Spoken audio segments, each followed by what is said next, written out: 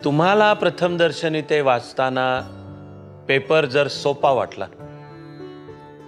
तर चढून जायचं नाहीये, हुरळून जायचं नाही. हा सोपा आहे.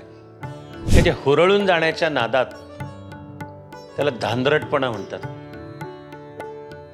चुकून हातून एखादी चुकून बसेल घाई गडबडीत आणि त्याचा एका मार्कावर जरी परिणाम झाला तरी तो सगळा फरक आहे. तुमच्या सगळ्यातलाच फरक आहे. निवडलं जाणे, इंटरव्ह्यूला कॉल येणे, सगळ्यातलाच फरक आहे. कम्प्लीट ब्लँक उत्तरं सोडू नका.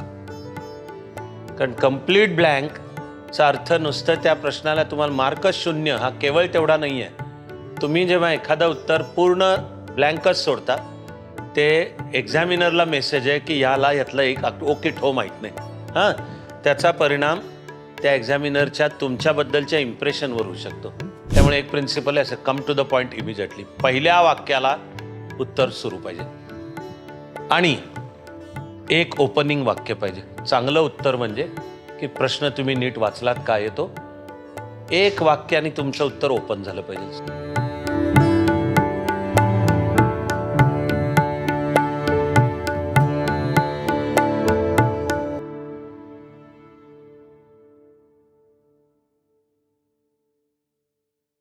आणि किती नेहमीप्रमाणे असलं तरी जे कायम शाश्वत खरं आहे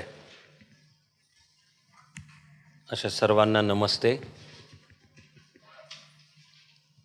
ऑफकोर्स सर्वांना सर्व काळ सर्व शुभेच्छा.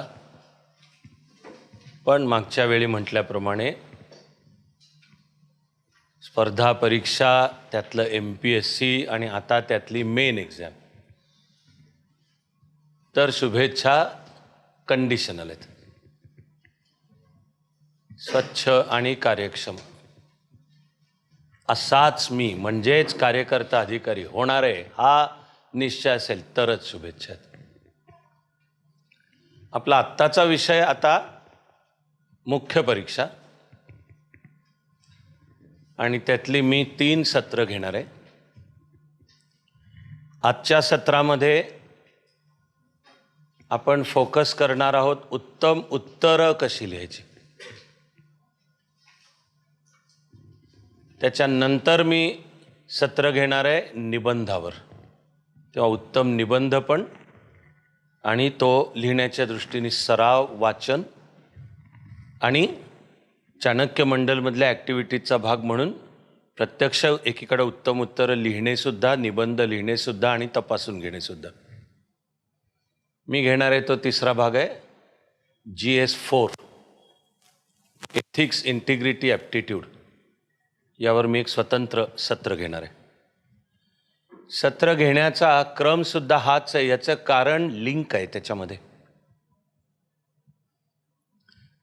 आज आपण ठरवून त्याच्यावर फोकस करणार आहोत उत्तम उत्तरं लिहिण्याचं कौशल्य.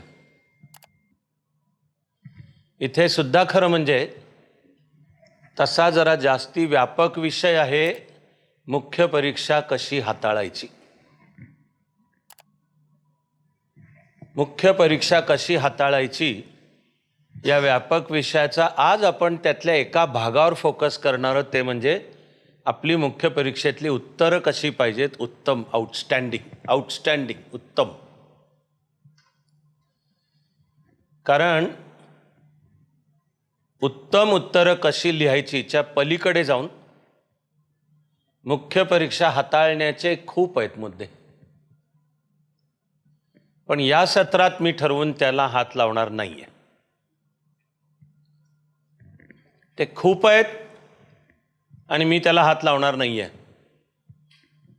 म्हणजे कायची 1-2 उदाहरणं बोलतोय की पहिला तर भाग येईल आता डोळ्यासमोर मुख्य परीक्षा ठेवून करण्याचा अभ्यासच मुळे.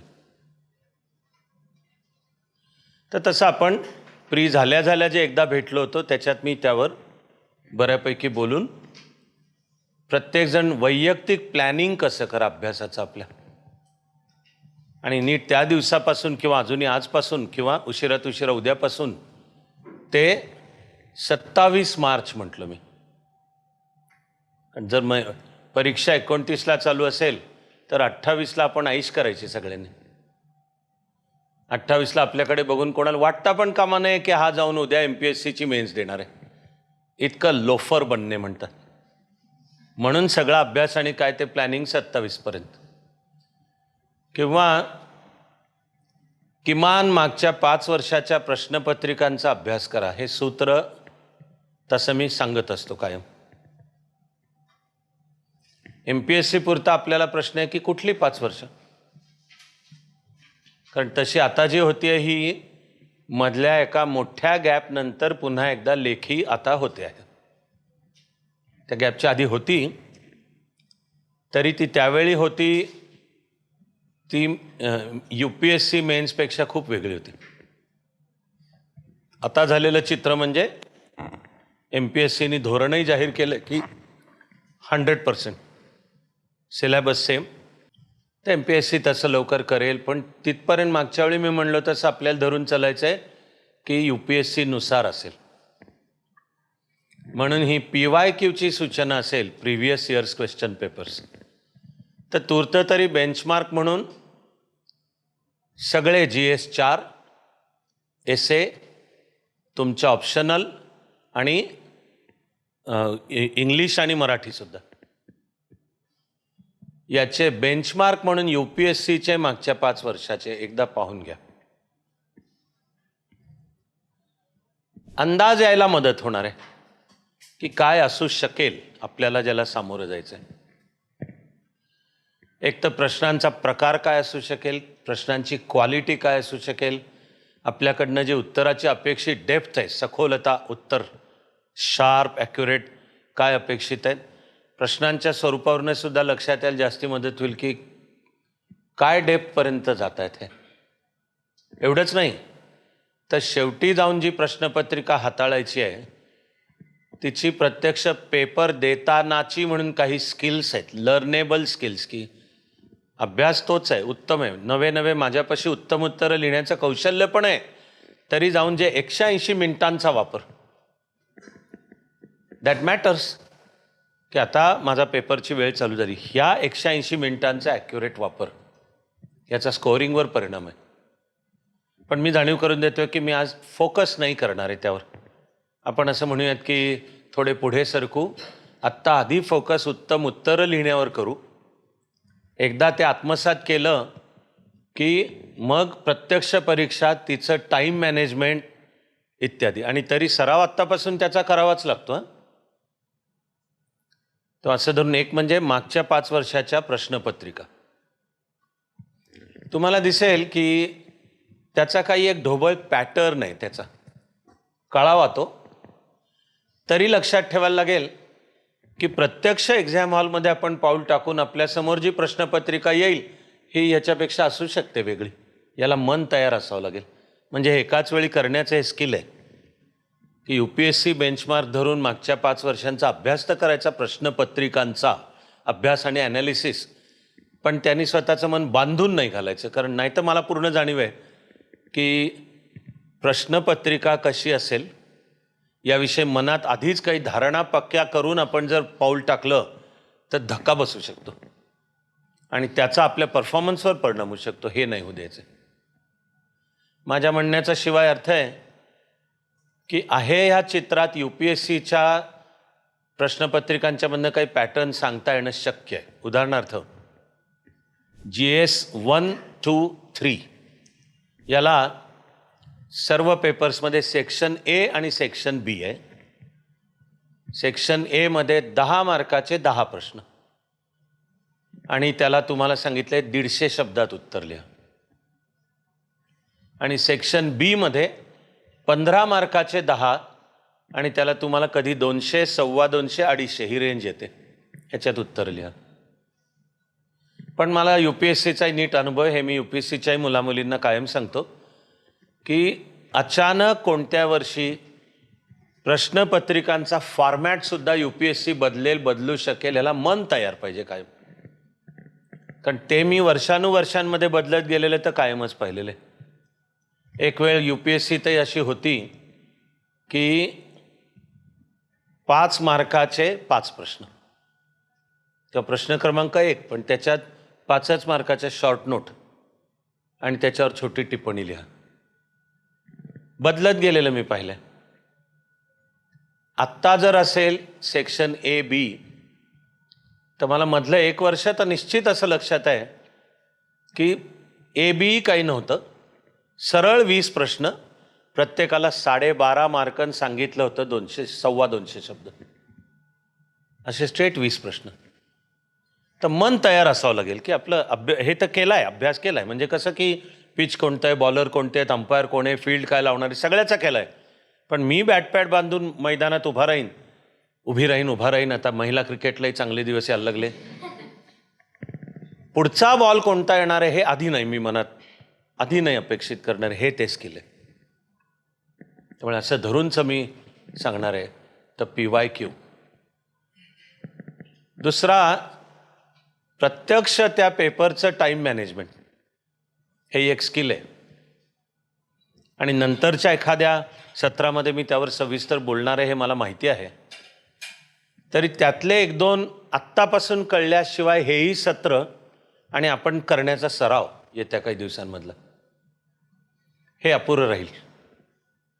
तेवढं मला जिथे लक्षात येतं तो मी आत्ता म्हणणार आहे वेळ, की म्हणून येणाऱ्या दिवसांमध्येही त्याचा आपण सराव करायचा.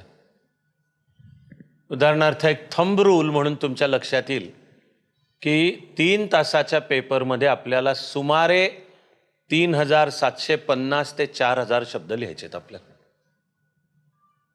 ह्याच्यात फार मोठा नाही बदल होणार. पेपरचा काही पॅटर्न जरी आला, 10 मार्काचे 10 प्रश्न आणि 15 मार्काचे 10, याऐवजी 12.5 मार्काचे 20, किंवा असं मी म्हणलं तसं 5 मार्काचे अमुक, काही जरी झालं, काही जरी बदलला, डिझाईन सगळ्याच पेपर्सचं सांगता येतं. तरी लक्षात ठेवण्याची गोष्ट आहे की आपल्याला ॲव्हरेज प्रभावी 3750 ते 4000. यातलं थोडं ते 3750च्या पलीकडे सरकू लागतं, तसं थोडं चॅलेंजिंग आहे ते जास्ती, की 3 तासाच्या पेपरमध्ये इफेक्टिव्ह प्रश्न हे एवढे लिहायचे, हे जरा चॅलेंजिंग आहे. पण सगळ्याचा सराव लागणार. ते मी एका सिंपल फॉर्म्युल्यावर आणून ठेवले. ते म्हणजे आपल्याला मिनिटाला 25 इफेक्टिव्ह शब्द, ही पेस लेखनाची, की मिनिटाला प्रभावी, अर्थपूर्ण, मुद्द्याला धरून, पण आपल्याला 25 तो सराव लागणार. जे काही हस्ताक्षर, देवनागरीत लिहायचं असल्यामुळे शिरोरेखा, सगळ्या फॅक्टर्सचा विचार करून, पण मला मी प्रश्न लिहायला सुरुवात केली की एक सरासरी पेस माझ्या लेखनाची मिनिटाला 25 शब्द. मग याचा अर्थ आहे तो आहे सराव येत्या काही काळात करण्याचा. पुन्हा बेंचमार्क UPSCचा पेपर प्रश्न मानून आपण जर काही टेस्ट केस म्हणून लिहायला घेतले, जे आपण चाणक्य सरावाची सत्र घेणार आहोत, आपली फॅकल्टी तपासून पण देणार आहे, मी पण देणार आहे, पण ते प्रीचा रिझल्ट लागल्यावर. म्हणजे मी जे ते काही मी कोणी प्रश्न टाईम मॅनेजमेंटचा आहे माझ्याही म्हणून, पण जे प्रत्यक्ष क्लिअर करतील त्यांचं तर माझ्याबरोबर होतील. शिवाय काही प्रश्न त्याची उत्तरं ती मी तपासून देतो, सांगणार आहे मी, आणि काय दुरुस्त्या वैयक्तिक पातळीला सुद्धा. तर तरी तो आत्ताच्या वेळात करण्याचा सराव आहे. त्यासाठी तसे डोळ्यासमोर पेपरचे 3 तास पण आणावे लागतील, की तो स्टॅमिना असणे, की एका दिवसात 2 पेपर, प्रत्येकी 3 तासाचे, आणि दोनाच्या मध्ये 2 तासाचं अंतर असेल. हा इंटेलेक्च्युअल स्टॅमिना, हा इट डज मॅटर. कारण नाहीतर कुठेतरी समजा दुसऱ्या पेपरच्या शेवटच्या काही मिनिटांमध्ये जर एक प्रकारचा मेंदूला थकवा, फटीग जाणवायला लागला, कळत किंवा नकळत त्याचा उत्तरांवर परिणाम होणार. आणि एक जरी मार्क त्यापायी कमी झाला, मी तुम्हाला वेगळं नको आहे सांगाल की एका मार्काने सगळा फरक पडू शकतो. मग तो आत्तापासून आहे, ज्यासाठी मी सांगतो की दिवसाचे 8 ते 10 तासांचा प्रभावी अभ्यास. आणि ह्याचा प्रत्येकाचा वैयक्तिक प्लॅन पाहिजे की माझ्या दिनक्रमातले कोणते 8 ते 10 तास, आणि त्या 8 ते 10 तासाच्या नियोजनात एकदा बसलो तर सलग 3 तरी तास करता आलाच पाहिजे अभ्यास. टॉप गिअरमध्ये मेंदू ताजा तवाना राहून असा बसलो एकदा खुर्चीत, तर मला न हलता न उठताही तरी 3 तास मला प्रभावी करता आलाच पाहिजे मला अभ्यास. त्यानंतर असेल तर एक 5, 10, 15 मिनिटांचा ब्रेक घेतला, हातपाय मोकळे केले, एखादा चहा कॉफी घेतला, काहीतरी आपल्याला आवडणारं संगीत ऐकलं वगैरे वगैरे, पुन्हा पुढचे 3 तास असा. कारण तो डेव्हलप करायला हवा आहे, तो स्टॅमिना डेव्हलप करायला हवा आहे. शेवटी प्री हाताळणे म्हणजे 2 तासाचे 2. बरं, ते सुद्धा MCQच आहे.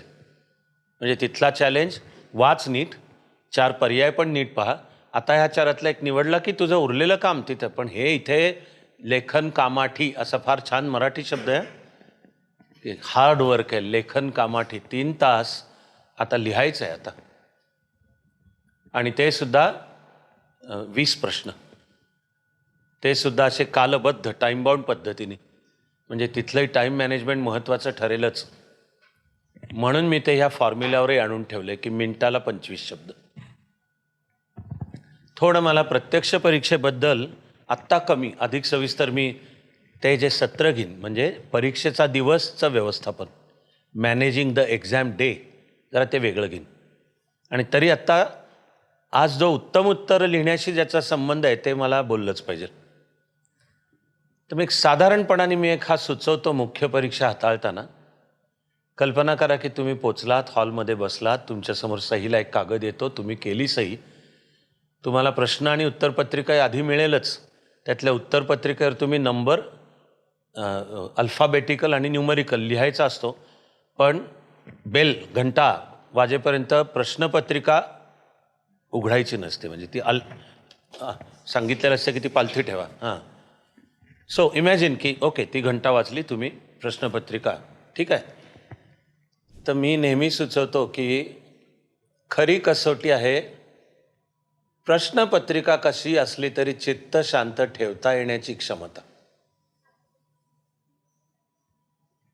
पहिली गोष्ट म्हणजे शांतपणे ती एकदा वाचा प्रश्नपत्रिका. 3-1 मिनटं लागतील, पण एकदा शांतपणे ती प्रश्नपत्रिका वाचा. आणि त्यातला सारखा शांतपणा शब्द का म्हणतोय? शब्दात सांगायला एकदम सोपं, पण मुद्दा अतिशय सखोल आहे. तुम्हाला प्रथमदर्शनी ते वाचताना पेपर जर सोपा वाटला तर चढून जायचं नाही आहे, हुरळून जायचं नाही. हा सोपा आहे, हे काय मला येतच आहे की, झाली माझी मेन क्लिअर. इंटरव्ह्यू पण उत्तम झाला, पुढल्या वर्षी गणेश कलात माझा सत्कार. आता हो ते सगळं पुढचं, पण याला मी म्हणतो की पेपर हाताळतोय जो प्रोफेशनल अप्रोच आहे, कूल कलेक्टेड प्रोफेशनल अप्रोच, की सोपा वाटल्याने अजिबात हुरळून जाऊ नका. सगळ्यामागे मानसशास्त्रसुद्धा आहे. एक तर आहे, तुम्हाला जर सोपा वाटला तर बाय लॉ ऑफ ॲव्हरेजेस मेजॉरिटी जणांनाही तो सोपाच आहे. म्हणजे ही हाय स्कोअरिंग मॅच आहे की ह्याच्यात स्कोअरिंग वर जाणार आहे. त्यामुळे कॉम्प्लेसन्सी, तृप्त वाटेल की आहे की सोपा आहे, येणार आहे की ह्याला जागाच नाही आहे, कारण तुम्हाला त्याच्याच स्कोअर उत्तम करायचा आहे. शिवाय हे जे हुरळून जाण्याच्या नादात, त्याला धांदरटपणा म्हणतात. चुकून हातून एखादी चुकून बसेल घाई गडबडीत, आणि त्याचा एका मार्कावर जरी परिणाम झाला तरी तो सगळा फरक आहे, तुमच्या सगळ्यातलाच फरक आहे. निवडलं जाणे, इंटरव्ह्यूला कॉल येणे, सगळ्यातलाच फरक आहे. त्यामुळे हे जे कॉन्सन्ट्रेशन पूर्ण आणि चित्त शांत असणे, जरी मनाने दखल घेतली की मला सोपा वाटतंय, तरी काही अजिबात हुरळून नाही. सोपा आहे, उलटं मनाला सांगायचं आहे की याचा अर्थ आपली उत्तरं याच्यात आणखी उत्तम असावी लागणार आहेत. तशी ज्ञानेश्वराच्या एका अभंगातला संदर्भ खूप वेगळा आहे. मी तो आत्ता मेन्स म्हणजे फारच फालतू लेवलला मी तो लावतोय. पण ज्ञानेश्वराच्या अभंगातली ओळ, उजडी राहिले उजड होऊन, असं वर्णन आहे. अंधारात आहे आणि एखादा दिवा लागला तर त्या दिव्याचा प्रकाश आणि तो कळतो आणि तो आनंददायकच आहे. पण एकूण योग साधना, ईश्वर ज्यांनी ओळखला, मूळचा अर्थ खूप मोठा आहे की असे जे योगी असतात ते उजडी राहिले उजड होऊन आहे. लख्ख प्रकाश, पण ह्यांचं अस्तित्व सुद्धा त्याच्यातल्या लख्ख प्रकाशासारखं आहे. हे मी मेन्स म्हणजे फारच फालतू लेवलला हे वापरतोय की पेपर सोपा वाटला तर मेजॉरिटी जण तर उत्तर उत्तम लिहिणारच आहेत, पण त्या उत्तमांमध्ये माझी जास्त उत्तम पाहिजेत. या अर्थाने उजडी राहिले उजड होऊन अशी पाहिजेत. त्याचं इक्वल अँड अपोजिट त्याच्या की अवघड वाटला समजा, फार सांभाळावं लागतं बरं का माणसाला, कारण नाहीतर आपण वी लूज हार्ट, असं की बसतंच माइंड मटकन खाली बसतं की गेला हात अटेम्प्ट गेला राव, काय आता पुन्हा प्रिलिमचा अभ्यास करायचा आहे. असेच त्याचासुद्धा परिणाम क्वालिटीवर होतो. ॲक्च्युली त्याचा मेमरी, स्मरणशक्तीवर होतो की माणसाने जर टेन्शन घेतलं तर माहिती असलेल्या गोष्टी विसरायला होतात. की अरे नाही एरवी माहिती होतं पण मनावर आत्ता टेन्शन होतं. ती पण सांभाळण्याची गोष्ट आहे. खूप अर्थाने ती सांभाळण्याची गोष्ट आहे. ॲक्च्युली काय माणसाच्या वाट्याला जेव्हा दुःख येतं ना, आपल्याला वाटतं ते फक्त माझ्याच वाट्याला येते. हा माणसाचा स्वभाव आहे. आपण विसरतो की आपल्याला जे दुःख त्रास देतं आहे सगळ्यांनाच या ना त्या तऱ्हेचं दुःख आहेच. आता एकदम हे मी फार फिलॉसॉफिकल वाटलो तरी ते पेपर अवघड वाटण्यालाही लागू आहे. की आपण एक्झाम हॉलमध्ये बसलो आहोत, वाचायला सुरुवात केली ना, हा पेपर अवघड वाटतोय, पेन असं आपण खाली टाकतो किंवा हॉलमध्ये इकडे इकडे बघतो. ते बाकीचे सगळे आपल्याला वाटत असतं खाली बघून दणादणा लिहितात. हां, आपल्याला काय माहिती ते काय करतायत खाली बघून. श्रीराम जयराम जय जयराम पण लिहित असते. असं आपल्याला वाटतं की आयुष्यपत बाकी सगळ्यांना तास सोपाच होतं आणि मला त्यातलं काही माहितीच नाही, काहीतरी नवे प्रश्न काहीतरी अशाच ह्याचे. इथेही एक प्रॅक्टिकल टिप बोलून ठेवतोय. लक्षात ठेवा, ते तुम्ही प्रिलिमलाही अनुभवलेलं असणारच आहे. तुम्ही कितीही अभ्यास केला, कितीही परफेक्ट केला, कितीही कचकावून केला, तुम्ही स्वतः ज्ञानेश्वर असलात, आईन्स्टाईन असलात, ओके, तरी प्रत्यक्ष परीक्षेमध्ये प्रत्येक पेपरला किमान एक किंवा कधी कधी दोन सुद्धा प्रश्न कम्प्लिटली नवीन येणार आहेत. ह्याची मनाची तयारी आत्तापर्यंत की ह्यांनी पण डिस्टर्ब व्हायचं नाही. हे होतं नाही तर परत की आयुष्यात मी एवढा अभ्यास केला, मराठीमध्ये त्याला अत्यंत सुसंस्कृत संज्ञा आहे घासली, काय ते ज्याचं त्याला माहिती असतं. आणि तरी बघतोय तर मला इथे एक किंवा दोन की पहिल्यांदा वाचतोय हे काहीतरी, ही जी शब्दरचना वाचतोय की आईला एवढा अभ्यास केला तरी मी हे काहीतरी पहिल्यांदा वाचतोय. काही काळजी करण्याचं कारण नाही माझं म्हणणं आहे. तिथे गडबडून न जाणं हे जास्ती महत्त्वाचं आहे. सायकॉलॉजीला महत्त्व आहे की काय नाही, शांत राहिलं तिथे. तो प्रश्न मी शेवटाकरता ठेवीन, बघतो आधी येत आहे ते सोडवून घेतो, काय येत नाही ह्यानी मी काळजी करणार नाही आहे. जरी मला कळलं तिथेही मी ही टिप बोलणारच आहे की पूर्ण ब्लँक एकही उत्तर सोडू नका. काही असलं तरी काहीतरी पण रेलेव्हंट, हा म्हणजे मूर्खासारखं काही नाही लिहायचं आहे. पण तुम्हाला काहीतरी असं अशक्य तुमचा ज्याचा तुमचा कशाचं हे गावीच नाही, काहीतरी उठून काहीतरी समजा critical comment on satsuma rebellion, गारगार वाटायला सुरुवात झाली का? तर मी जर की सत्सुमा विद्रोहाचे चिकित्सक परीक्षण करा, वा वा वा वा. मला साधारणपणाने खात्री की कोण काय घंटा म्हणतात त्याला, सत्सुमा रेबेलियन, सत्सुमा विद्रोह, काय माहिती आहे? काहीच नाही. काय करायचं आता याचं? तरी माझी की काहीतरी दोन चार का विना ओळी काहीतरी ह्याच्याले. उदाहरणार्थ जरा आता तिथे थोडी विचाराची प्रोसेस आहे की ब्लँक, मी कम्प्लीट ह्याच्यावर ब्लँक आहे, तरी काहीतरी काय आहे असे थोडं कदाचित स्ट्रेचनी कोणाला वाटू शकेल की हा शब्द काहीतरी जॅपनीज स्टाईलचा वाटतोय. आता त्याला थोडा करंट इव्हेंट्सचा अभ्यास, असं जपानमधली नावं, आत्ताची पंतप्रधान तिचं वय झालं म्हणून काय झालं, तिचं पहिलं नाव भारतीय स्टाईलचंच आहे, सानेई. सानेई अनेक भारतीय आपल्या चाणक्यातल्या अनेक विद्यार्थिनींची नावं होती, सानेई ताकाईची.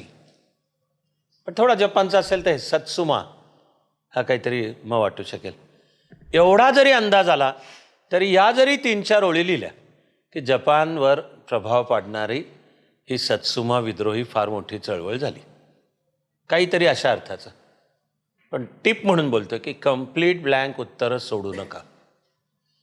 कारण कम्प्लीट ब्लँकचा अर्थ नुसतं त्या प्रश्नाला तुम्हाला मार्कच 0 हा केवळ तेवढा नाही आहे. तुम्ही जेव्हा एखादं उत्तर पूर्ण ब्लँकच सोडता ते एक्झामिनरला मेसेज आहे की यातलं एक ओके ठो माहीत नाही. हां, त्याचा परिणाम त्या एक्झामिनरच्या तुमच्याबद्दलच्या इम्प्रेशनवर होऊ शकतो. एक मेंदूत जे फॉर्म होणार की अरे ह्या मुलाला मुलीला जो कोणी आहे त्याला माहिती नाही, त्याला फक्त नंबर पण ब्लँकच सोडले, तर म्हणजे काय की ह्याला वेळ पुरली नाही काय, ह्याला ह्या प्रश्नातलं काहीच येत नव्हतं आणि हे मग नाही आहे हे पास ऑन करण्याचं. त्यामुळे टिप ही अगदी प्रॅक्टिकल की काहीतरी नीट विचार करून आणि येड्यासारखं नसेल असं, पण जरा थोडं तरी चिंतन करून त्या विषयीचं काहीतरी समजा लिहा. हे अगदी अलीकडे जगातली एकूण 11, त्यातली 5 भारतातली आहेत आणि त्यातले 2 महाराष्ट्रातले आहेत. त्यांना पाणथळ जागा म्हणून जागतिक मान्यता मिळाली. आणि आपल्याला विचारलेला प्रश्न असेल काहीतरी की त्या 5 आत्ता अगदी अलीकडे जागतिक पाणथळ म्हणजे ती जागेचं रक्षण करायचं आहे त्या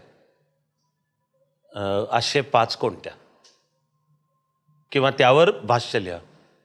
आणि नसेल आपल्याला त्या 5 आठवतच नसल्या, किंवा अशी काही जागतिक व्यवस्था आहे आठवतच नसलं, त्यातले 2 महाराष्ट्रातले यातलंही काहीच नसलं गावी, तरी निदान पाणथळ जागा म्हणजे काय, तिचं पर्यावरणाच्या दृष्टीने महत्त्व काय, एवढं तर आपल्याला माहिती आहे. माझं म्हणणे मग तेवढं लिहा.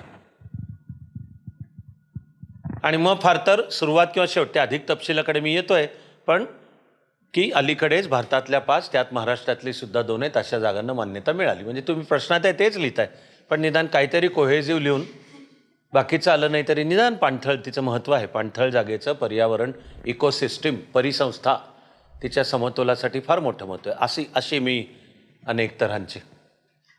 तर तो आत्तापासून करण्याच्या मग सरावात आहे पेपरचंही टाईम मॅनेजमेंट, ते लक्षात घेऊन लिहिण्याची उत्तरं. म्हणून मी तूर्त तरी हा सोपा फॉर्म्युला म्हणला आहे, मिनिटाला 25 शब्द.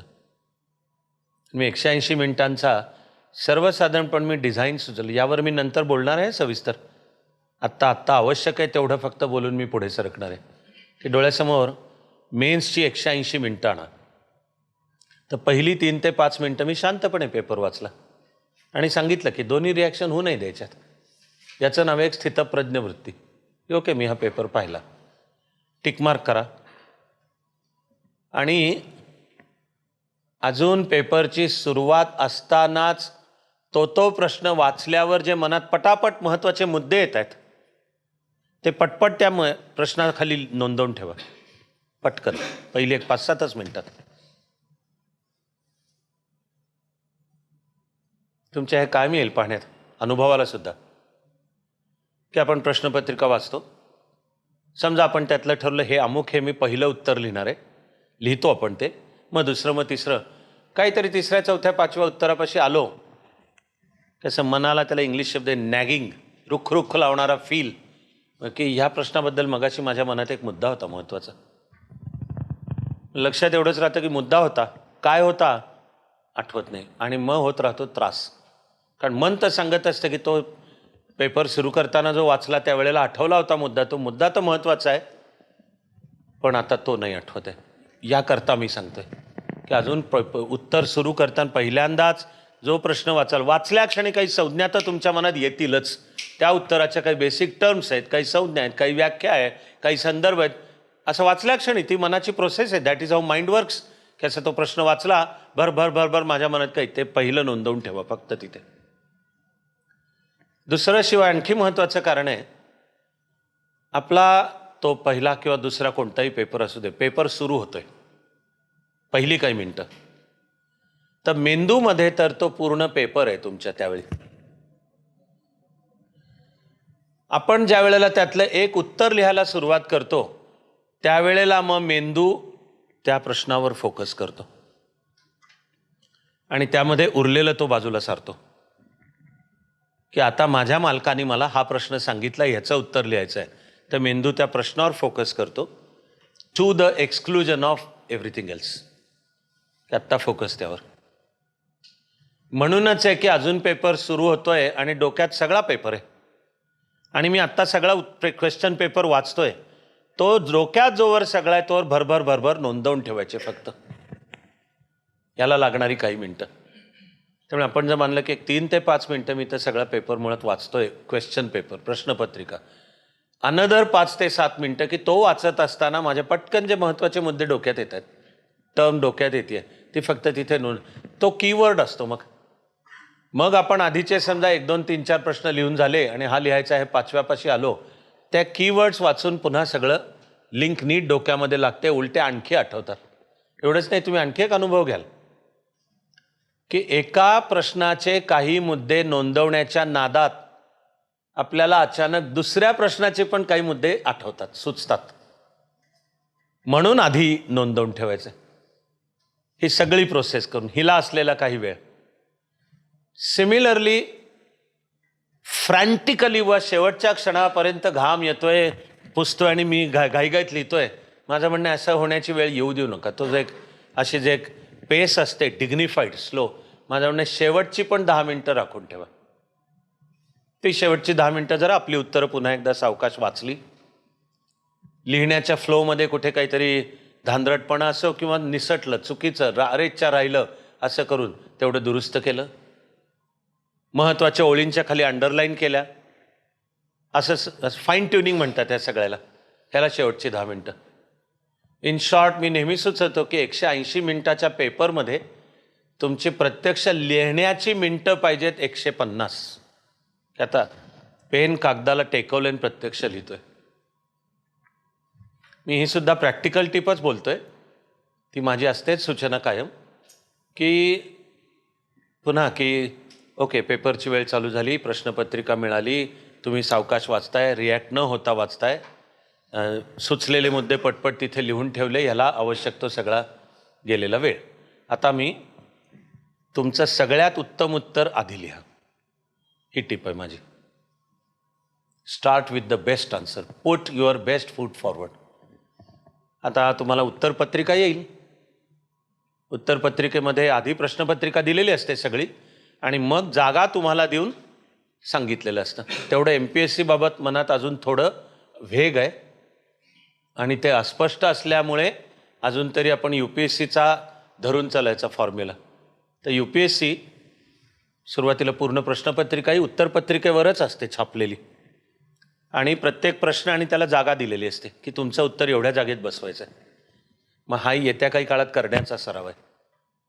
एवढंच नाही तर ज्याची एक मी आत्ता प्रयत्न केला, माय बेस्ट एफर्ट अजूनही शोधण्याचा, की MPSCची तुम्हाला मिळणारी उत्तरपत्रिका रेषा असणार आहेत का UPSCची जशी ब्लँक असते तशी असणार आहे.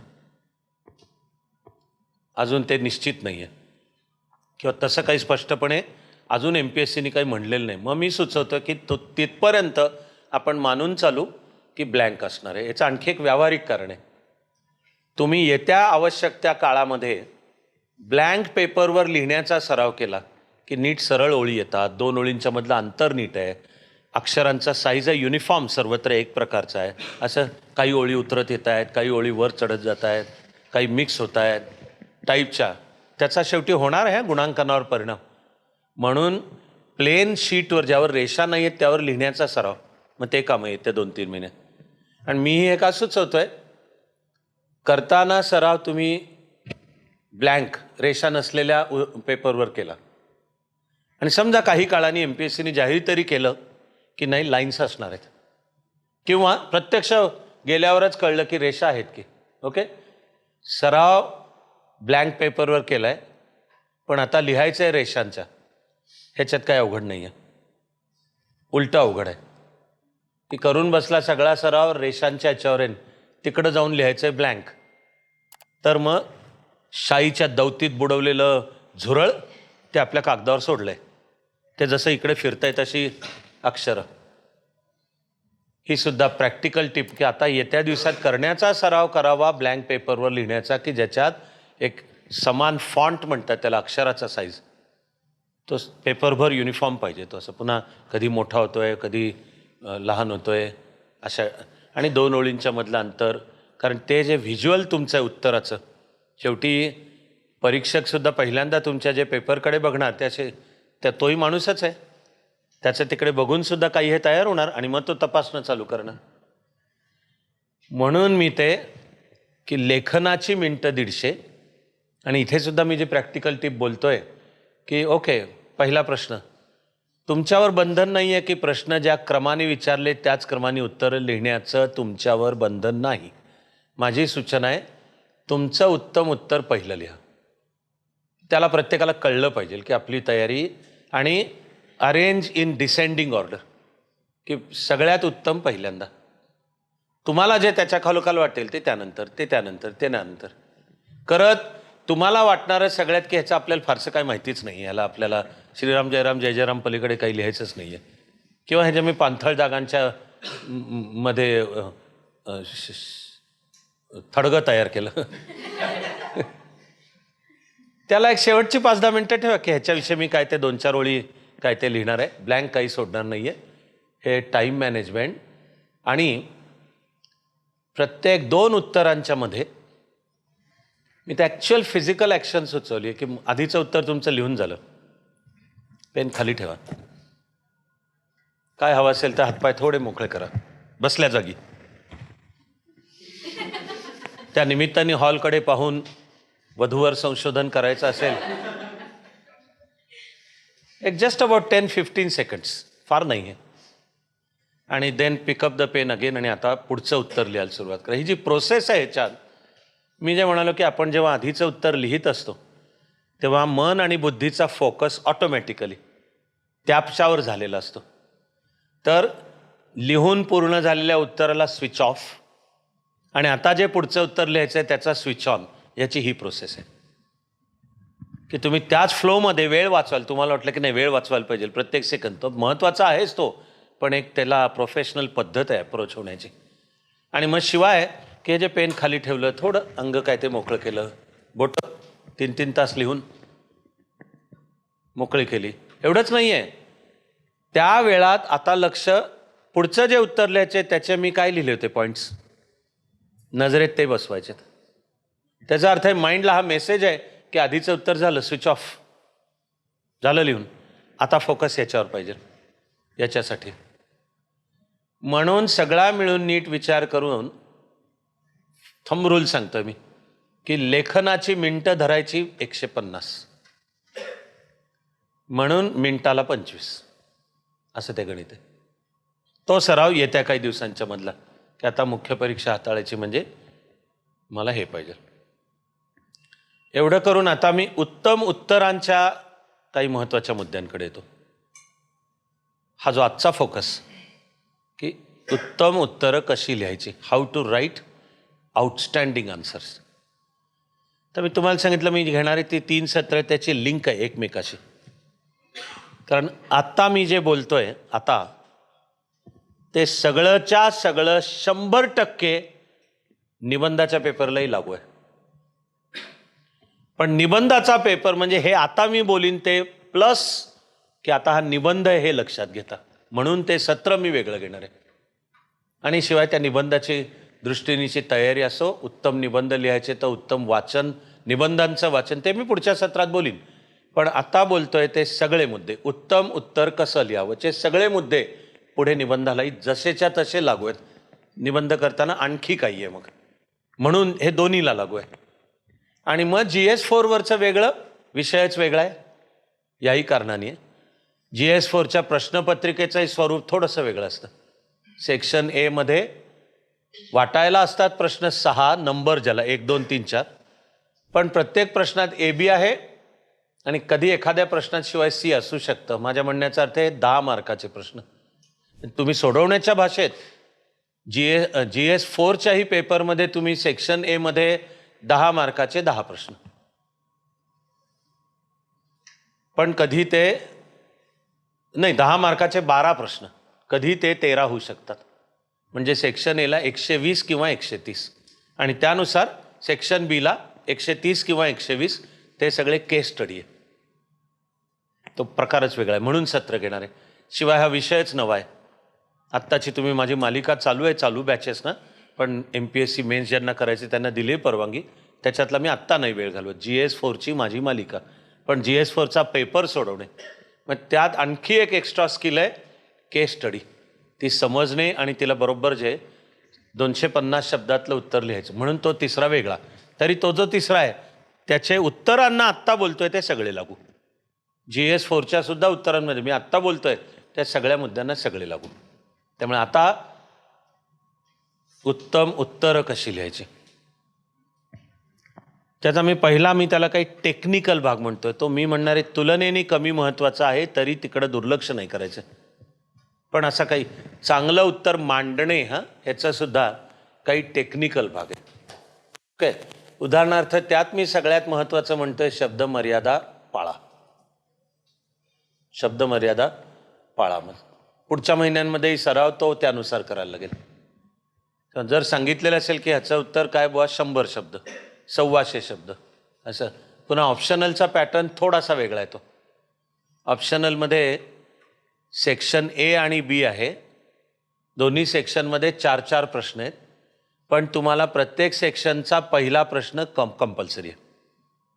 आणि नॉर्मल चित्र असू शकतं की त्या दोन्ही क्वेश्चन 1 आणि क्वेश्चन 5 मध्ये 10 मार्काच्या 5 एंट्रीज आणि तुम्हाला त्याच्यावर लिहायचं आहे. आणि मग सूचना असते उरलेल्यातनं कोणतेही 3 प्रश्न की ज्यातला किमान एक प्रत्येक सेक्शनमधला असायला पाहिजे. हे डिझाईन UPSCचं आहे. आणि आपण जे त्यामुळे ऑप्शनलमध्ये सुद्धा क्वेश्चन 1 आणि 5 कंपल्सरी आहे. उरलेल्यातनं ते उरलेले सगळे 50 मार्काचे. पण त्या 50 मार्काची डिव्हिजन 15-15, 20, 10-10, 30 असू शकतं. हे लक्षात ठेवायला लागेल. आणि त्यानुसार मग आपलं लेखनच आहे असं असू शकतं. तिथे सुद्धा हा 100% नाही फॉर्म्युला, पण एक लक्षात घेण्याचा आहे की UPSCला 1 मार्काचे 15 शब्द पाहिजेत. असं मी एक ढोबळ मान फार हे कडक बंधन नाही आहे बरं का. पण UPSCचा प्रश्न किती मार्कांचा आहे? सरळ की 10 मार्काच्या प्रश्नाला मर्यादाच तुम्हाला 150 शब्द आहे. So on and so. काही वेळा ते UPSC तोडतं बरं का, की काही वेळा 10 मार्कासाठी सांगितलं जातं 125 शब्द, पण 15 मार्कासाठी सांगितलं जातं 250. तरी थंब रूल आहे की फॉर ईच मार्क 15 वर्ड्स. आणि हे लक्षात घेऊनचं आपलं जे टाईम मॅनेजमेंट सुद्धा आहे तोही सराव आत्तापासून करायला हवा आहे की मिनिटाला 25 शब्द. मग या रेटनी माझा हे सांगितलेलं उत्तर किती वेळात पूर्ण झालं पाहिजे. तेव्हा जर 10 मार्काचा प्रश्न की ज्याचे 150 शब्द, त्याचा अर्थ आहे ते उत्तर 6 फार तर 7 मिनटं एवढ्यात झालंच पाहिजे. आणि हे उरलेल्या सर्वांवर. इथे सुद्धा मी ज्याला तांत्रिक बाजूची पण टीप महत्त्वाची आहे ही, ती म्हणजे तत्वाला तर आधी मी सूत्राला शब्द इंग्लिशमधले वापरतोय. यूज टाईम इक्विटेबली असा इंग्लिश शब्द आहे. प्रश्नांना समान वेळ द्या. आता स्पेसिफिक माझ्या म्हणण्याचा अर्थ आहे हे माणसाकडनं होतं अनेकदा की मला ज्याचं उत्तर जास्त चांगलं येतं असं वाटतं ते मी प्रचंड उत्साहाने जरा ते जास्ती लिहितो, जास्ती त्याला वेळ देतो. आणि मग त्या नादात इक्वल अँड अपोजिट कुठल्या तरी इतर प्रश्नांच्या करता माझ्यापासून उपलब्ध वेळ कमी होतो, कमी राहतो. ही स्ट्रॅटेजी नाही आहे योग्य.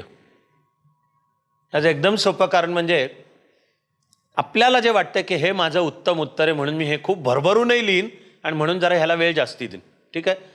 त्या नादात तुम्हाला जे वाटेल की मार्क वाढले, किती वाढले, त्या प्रश्नाला किती वाढतील हां, तर त्यापेक्षा दुसऱ्या कोणत्या तरी प्रश्नाला कमी वेळ राहिल्यामुळे कमी होणारे मार्क वाढणाऱ्या मार्कांपेक्षा जास्ती असतील. It is not a sound strategy. म्हणून असा इक्विटेबल वेळ. आणि 6चं फार तर 7 मिनटं. हे का मी जे पुन्हा थंबरूलच आहे की ओके प्रत्येक पेपरमधले समजा जर 20 टोटल प्रश्न मांडले, 1 किंवा 2 असे असू शकतात की काही केलं तरी ते सगळं मिळून नवीन आहे. मला काय त्याचं एक अक्षर येत नाही आहे. GS 1, 2, 3, 4 सुद्धा तिथे ऑप्शन नाहीच आहे, सगळीच लिहायची आहेत. तिथे काही UPSC MPSC आपल्याला अमुक आहे.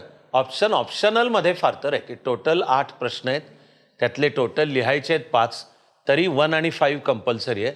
उरलेल्या 6तनं मला 3 निवडायचे आहेत.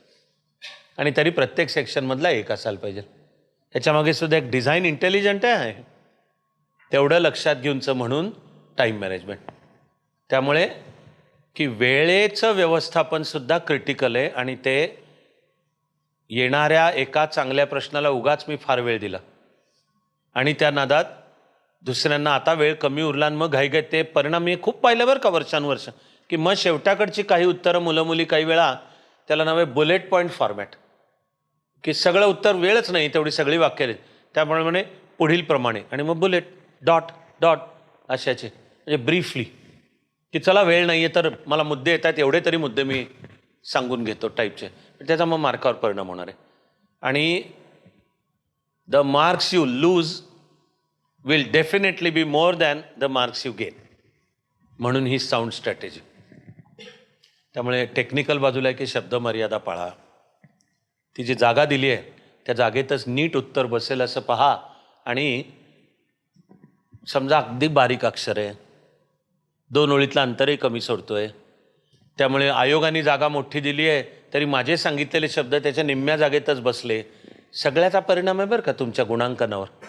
त्यामुळे ते स्किल आहे ते की माझ्या अक्षराचा आकार 2 ओळींमध्ये सोडण्याचं उत्तर, आणि मी जे बसवीन माझं उत्तर ते आयोगाने दिलेल्या जागेच्या बऱ्यापैकी प्रपोर्शनमध्ये बसवीन मी ते. या सगळ्याचा सराव लागणार आहे. हे आहे टेक्निकल साईडला, म्हणून मी त्याला कमी महत्त्वाचं म्हणतोय. जास्ती महत्त्वाचं आपल्या उत्तराची क्वालिटी आहे शेवटी.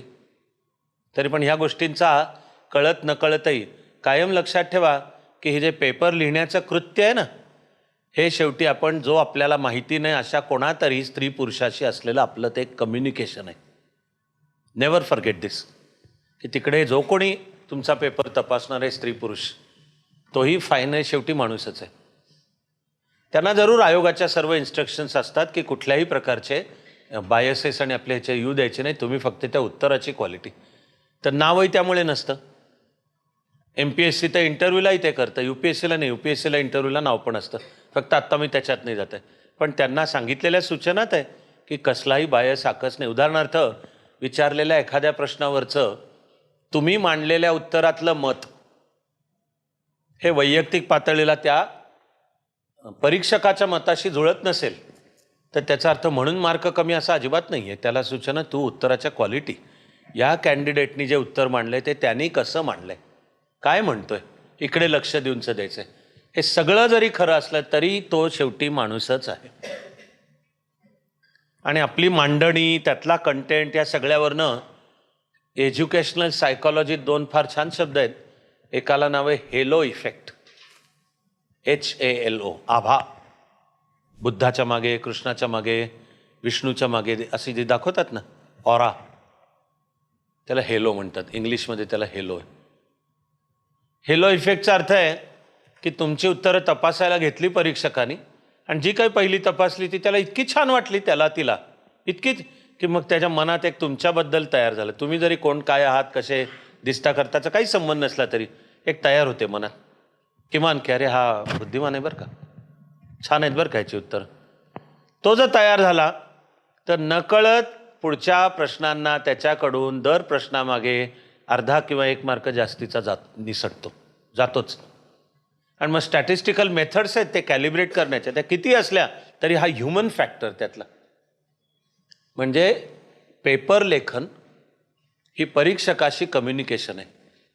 आणि हेलो आणि याच्या उलटचा शब्द आहे हॉलो इफेक्ट. तर हॉलो म्हणजे नकारात्मक बनलं मत, काय पोकळ, हॉलो, याचे इसमें दम नाही आहे. हा मुलगा मुलगी हे जे काही उत्तर लिहितोय काहीतरी वरवरचीच आहेत, किंवा सगळं म्हणजे चिताडलेलं आहे, काहीतरी शाईचे डाग पडलेत, कागद काहीतरी कारणाने चुळगळला आहे, किंवा नकाशा काढला असला तर प्रपोर्शनचा तर कुठेच काही संबंध नाही, असे काहीतरी भयंकरच विचित्र काहीतरी काढून ठेवलेलं आहे. श्रद्धेपायी आपण मान्य करायचं का माणसाचा चेहरा आहे बरं का. आता ह्या सगळ्याचे सुद्धा होतात कळत नकळत मन. त्यामुळे प्रेझेंटेशन आणि आपले ते योग्य आणि त्याची व्हिज्युअल व्हॅल्यू, जसं तुमच्या उत्तराकडे असं फक्त आधी त्याची जी नजर पडेल तर काय कशी मांडणी त्यांनी केली. मी सांगणार आहे आणखीन काही सूत्र, अजूनही त्या सगळ्याला मी टेक्निकल मुद्दे म्हणतोय. मग मी कंटेंटच्या मांडणीकडे जाणार आहे. तेव्हा जशी शब्दमर्यादा सांभाळत असं उत्तराचं प्रेझेंटेशन, तिथे माझी सूचना आहे की तुमच्या मुद्द्यांना 2 किंवा 3 अक्षरातली शीर्षकं द्या, करेक्ट टायटल्स. त्याला मी टायटल आणि सबटायटल, की आता मी जो पुढे मुद्दा मांडणार आहे तो काय मुद्दा, 2 किंवा 3 शब्द, काही वेळा एका शब्दात सुद्धा भागेल. पण असं नीट टायटल खाली अंडरलाईन केले, ती ओळ सोडली, उत्तराचा भाग खाली लिहायला सुरुवात केली.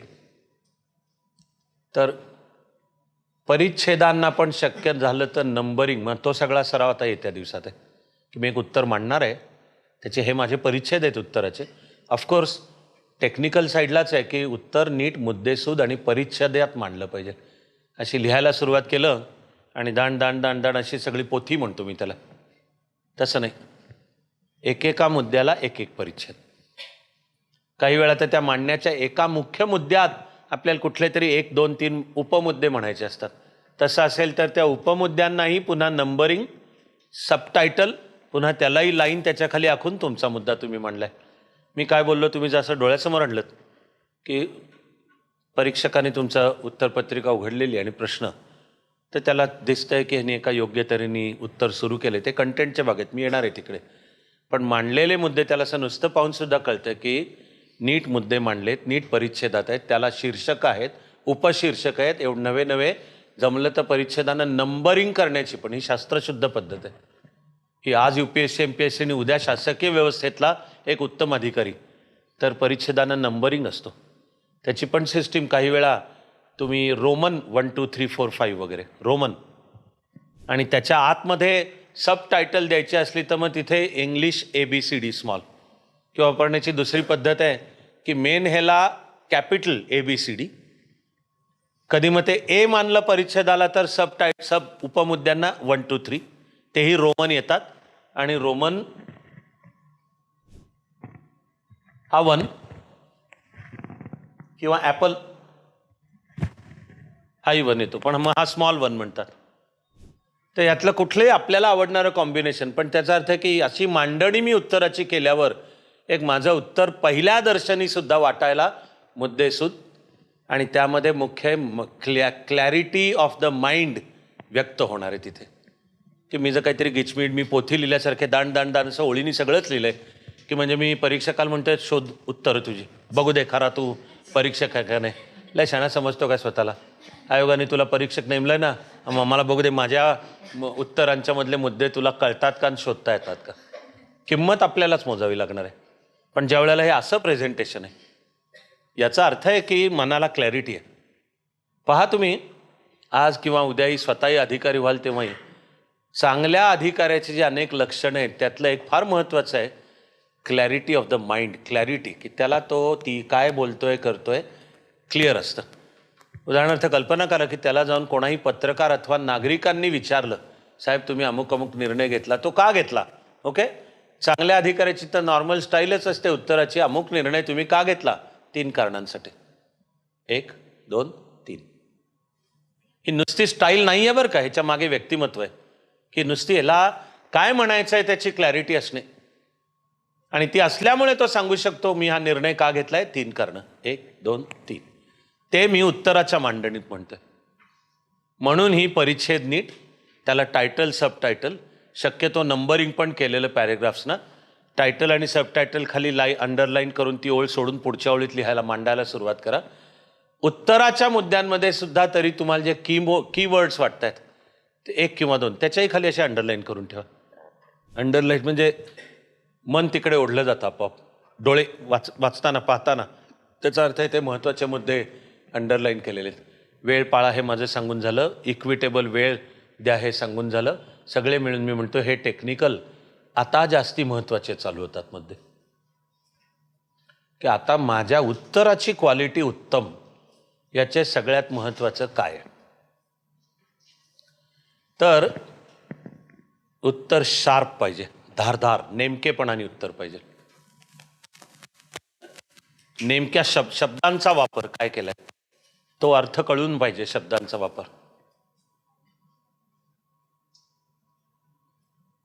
आणि UPSC MPSC पुरतं बोलायचं माझं तर म्हणणं हे कायमचंच पाहिजे. त्याला म्हणतात come to the point immediately.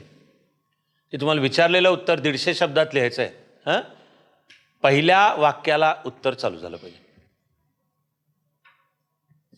काहीतरी लांबलचक प्रस्तावना ती पूर्ण करून मी काहीतरी मुद्द्यापाशी येतोय, मग जाणार तुमचे एक तर शब्द एफिशियंटली मग वापरत नाही आहात, अनावश्यक जाणार, आणि तरी त्याचा अर्थ आहे की क्लॅरिटी नाही दिसणार. बरं तुम्ही ते जे अनावश्यक शब्द कन्झ्युम केले, वापरले, तर तुम्हाला जो कंटेंट आशय मांडायचा आहे त्याला तुमच्यापाशी कमी उरतील. त्यामुळे एक प्रिन्सिपल आहे असं come to the point immediately. पहिल्या वाक्याला उत्तर सुरू पाहिजे आणि एक ओपनिंग वाक्य पाहिजे. चांगलं उत्तर म्हणजे की प्रश्न तुम्ही नीट वाचलात का येतो, एक वाक्याने तुमचं उत्तर ओपन झालं पाहिजे. सुरुवातच आणि पळायला सुरुवातच, पण त्या पहिल्याच वाक्याला सुरूच असं मी सांगतो. खूप मला खरोखर हे सगळे मुद्दे मांडताना खरं म्हणजे तुम्ही एका योग्य माइंडनी शिकलात तर त्याचा अर्थ मी कम्युनिकेशन स्किल सांगतो शिकवतोय आणि आत्ता ते कम्युनिकेशन स्किल रिटन पुढचं ओरल ते आपण इंटरव्ह्यूच्या वेळी बघू. पण आत्ता असं त्यामुळे कम टू द पॉईंट. आता समजा तुम्ही चांगले सिनेमे पाहिले असले, चांगली नाटकं पाहिली असली, चांगलं वाचलं असलं काही कथा कादंबरी कविता किंवा नॉन फिक्शन लेखनसुद्धा, तुम्ही जर विचार करायला गेलात की हे चांगलं का वाटतंय तर तुम्हाला जी अनेक कारणं मनात येतील त्यातलं एक आहे की याला क्लॅरिटी आहे आणि पटकन मुद्द्याला येतो. उगाच पसरट काहीतरी लांबलचक आणि पण परंतु तथापि वगैरे सगळ्यामध्ये मुद्दा हरवलेलाच आहे, घोळच तसं नाही अरे पहिल्या वाक्याला. तर मग MPSCची उत्तरंसुद्धा मी त्याला नाव दिले ओपनिंग स्टेटमेंट. तुमचं उत्तर एका ओपनिंग स्टेटमेंट. हे मग आपलं ड्राफ्टिंगचं कौशल्य की मला हा जो विचारलेला प्रश्न आहे त्याचं मी उत्तर सुरू करणार आहे आणि असं एका ओळीत सुरू करणार आहे आणि सुरूच त्याचे ती कशी लागेल. मग ती सगळ्या प्रश्नांना सबघोडे 12% आणि एक सांगता नाही येणार आहे, ती बदलत राहणार ती वेगवेगळी. पण हे आपलं स्किल आहे आणि मग त्याचा सराव आता येत्या काही काळांच्या मध्ये करायचा की त्याची पहिली ओळ खरं म्हणजे त्याचा अर्थ आहे की ती परीक्षकाच्या सुद्धा मनाची पकड घेणार आहे की ह्या कॅन्डिडेटनी या मुलामुलीनी ठॅक पहिल्या ओळीला सुरू ते मुद्दा चालूच इतकं क्लिअर माइंड आहे. त्या ओळीबाबत सुद्धा मी म्हणेन की जिथं जिथं शक्य आहे तिथे विचारलेल्या प्रश्नाचा लेटेस्ट काहीतरी संदर्भ देऊन सुरुवात करा. तुम्हाला परीक्षेत जो काही विचारला आहे त्याचं काहीतरी असं लेटेस्ट आहे की तो प्रश्न त्याचे पहिलीच ओळ की तुम्ही ओपन करताय. पहिल्या ओळीचा रोल पण आहे की उत्तर तुम्ही ओपन करताय, सुरू करताय उत्तराला, म्हणून एक ओळ. तरी ती स्किल आहे की ती एकच ओळ आणि शक्य झालं तर तिच्या त्या विचारलेल्या प्रश्नाचा करंट लेटेस्ट काहीतरी त्यातलं अद्ययावत आहे ते मी सांगतोय आणि मग उरलेलं उत्तर. ठीक आहे. त्यानंतर शक्यतो उत्तराच्या पण आधी नोट्स तयार करा. हे जे मी मगाशी सांगत होतो की पेपर उत्तर प्रश्नपत्रिका वाचली, सुचलेले मुद्दे नोंदवले, आता पहिला प्रश्न लिहायला सुरुवात केली आणि पहिला लिहून झाला. आता मी जे सांगितलं की पेन खाली ठेवा, थोडे थांबा, ते जे थोडं थांबणं आहे तिथे सुद्धा आता मी काय उत्तर मांडणार आहे त्याचा विचार पूर्ण आणि काय मांडणार आहे त्याचे माझे काय मुद्दे असणार आहेत आणि त्या मुद्द्यांचा क्रम काय असणार आहे हे जमलं तर रफ असं तिथे आधी लिहिलेलं आहे. माझं तर म्हणणं आहे येत्या काही काळात जसा सराव कराल ना, बघा तुम्ही हा एक रम्य अनुभव घेता का नाही तुम्ही की मग परीक्षेत असा प्रश्न आला हां तुम्हाला असं उत्तर समोर दिसणं चालू होतं की मी हे लिहिणार आहे. उरतं ते फिजिकल ॲक्शन उरते की उत्तराची क्लॅरिटी आहे, मला मुद्दे, मला हे मुद्दे आहेत आणि त्यांचा क्रम हा आहे. त्याला एन्हान्स ते वाढवणारी फक्त ॲक्टिव्हिटी आहे की तो प्रश्नापाशी आला तरी एक 10 सेकंद थांबून नीट विचार मला काय मांडायचं आहे या उत्तरात, हा प्रश्न काय, मला या उत्तरात काय मांडायचं आहे, पॉईंट्स कोणते आहेत आणि क्रम काय आहे. तर उत्तम उत्तराला मग महत्त्वाचं आहे की तुमच्या मांडणीला काहीतरी संगती पाहिजे आणि नेमके परिच्छेद आहेत. परिच्छेदची व्याख्याच आहे की एका मुद्द्याला एक परिच्छेद, की मला काय मुद्दे मांडायचे आहेत आणि त्या एका मुद्द्याला एक परिच्छेद. बरं, त्या मांडण्याच्या मुख्य मुद्द्यात जर मला काही उपमुद्दे मांडायचे असले अबक तर ते उपमुद्दे येतील, त्यालाही सब टायटल येईल, नंबरिंग येईल, अंडरलाईन येईल, पण ती क्लॅरिटी आधीच्या नोट्समध्ये येईल.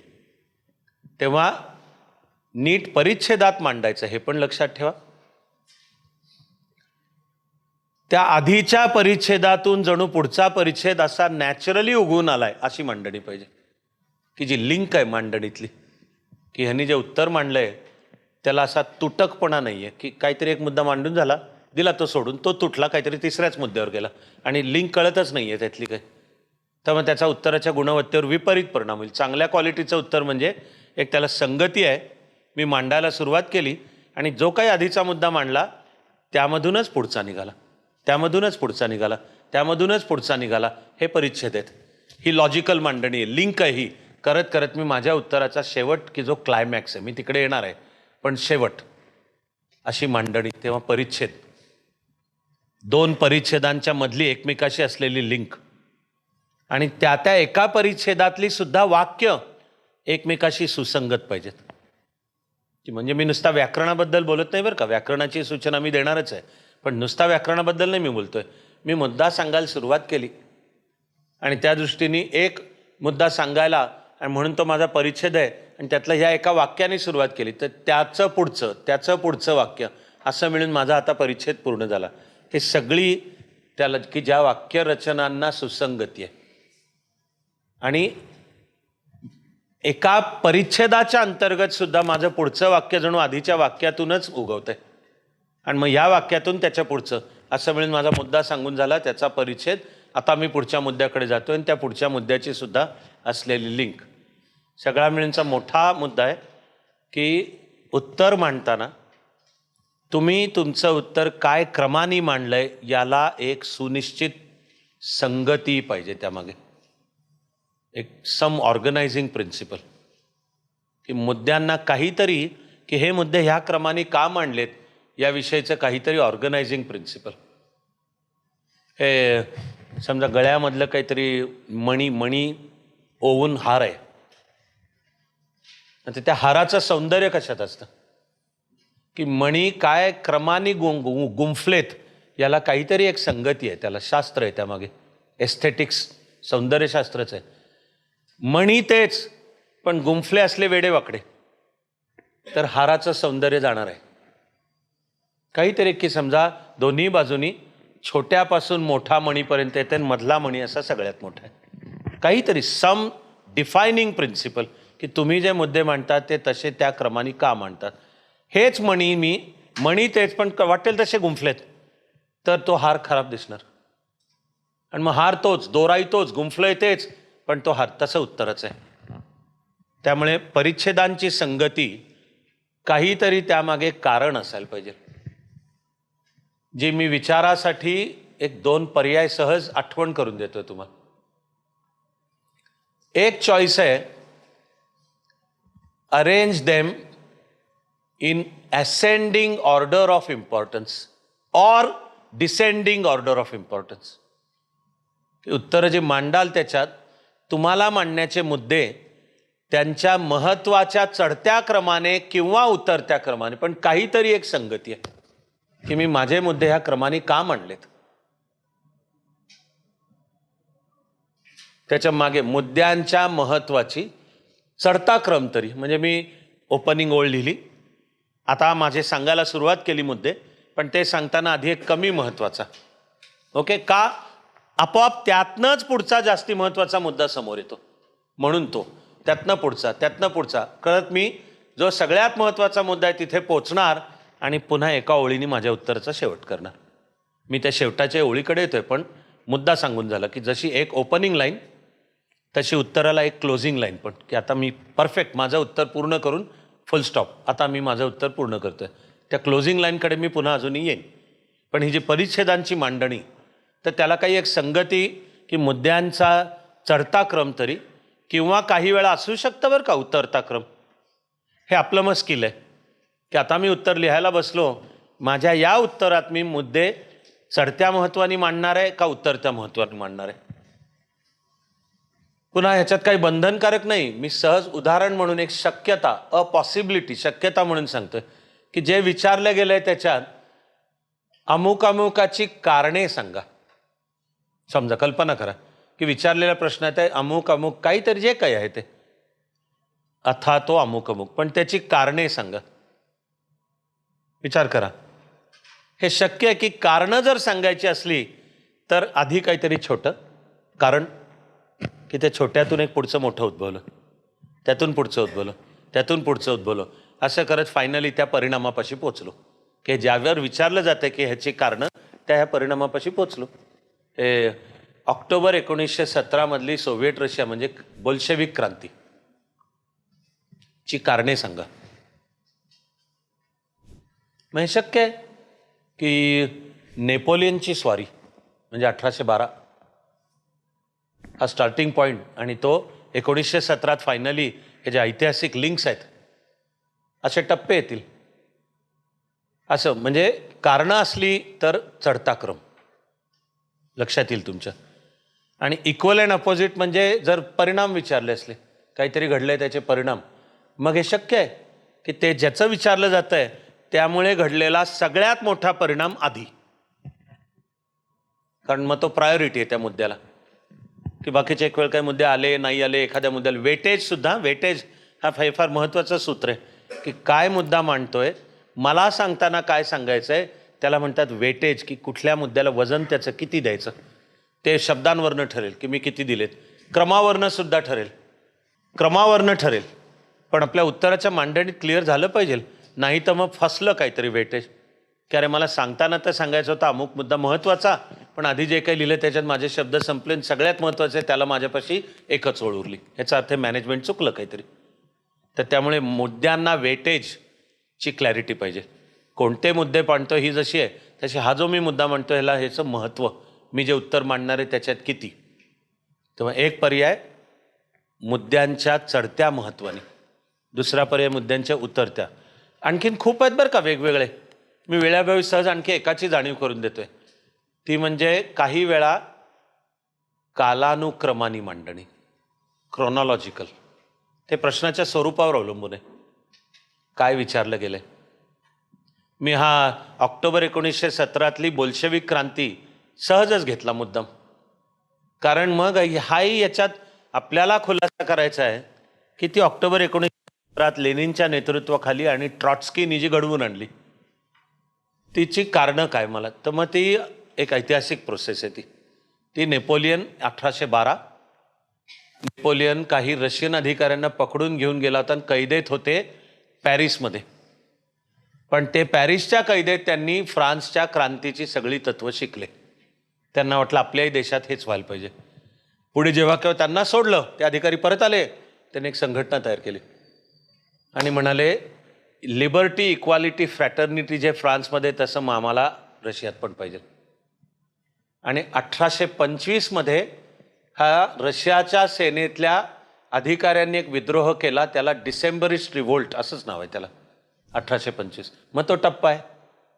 असं करत पुढे जातं, असं करत कम्युनिस्ट पक्षाची स्थापना, त्याची फूट, बोल्शेविक मेन्शेविक करत मी फायनली येतो की ऑक्टोबर रिव्होल्यूशन ह्यानी झाली. म्हणजे एक पर्याय क्रोनॉलॉजिकल येऊ शकतो, थोडा प्रश्नाच्या स्वरूपावर आहे. पण मला वाटतं की तुमचा मुद्दा लक्षात आला. काही वेळा भौगोलिक कारण असेल, तसं असलं तर पूर्वेकडून पश्चिमेकडे, उत्तरेकडून दक्षिणेकडे, अशा कुठल्या असं मिळूनची ती. पण उत्तरांना आपल्या हे पाहिजे संगती, परिच्छेद, टायटल, सबटायटल आणि मांडणी मुद्द्यांची ज्या क्रमाने त्याला एक लिंक, लॉजिक कळलं पाहिजे, वाचकालाही जाणवलं पाहिजे, परीक्षकाला, की ह्याने हे जे उत्तर मांडले किती सुसंगत आणि छान मांडले. त्यानंतरचा अत्यंत महत्त्वाचा मुद्दा आहे की विचारलेल्या प्रश्नातल्या महत्त्वाच्या संज्ञा, टर्म्स. ओके. आणि तुमच्या उत्तरात ज्या तुम्ही महत्त्वाच्या संज्ञा वापरणार असाल, ओके, तर फार मोलाचा एक शब्द आहे डिफाईन. डिफाईन ऑलवेज, व्याख्या. व्याख्या. तुम्ही तो वर प्रश्न लिहिला आणि त्याच्यावरचा तुम्ही काही भाष्य मांडता आहात. जागतिक व्यापारात भारताचा वाटा,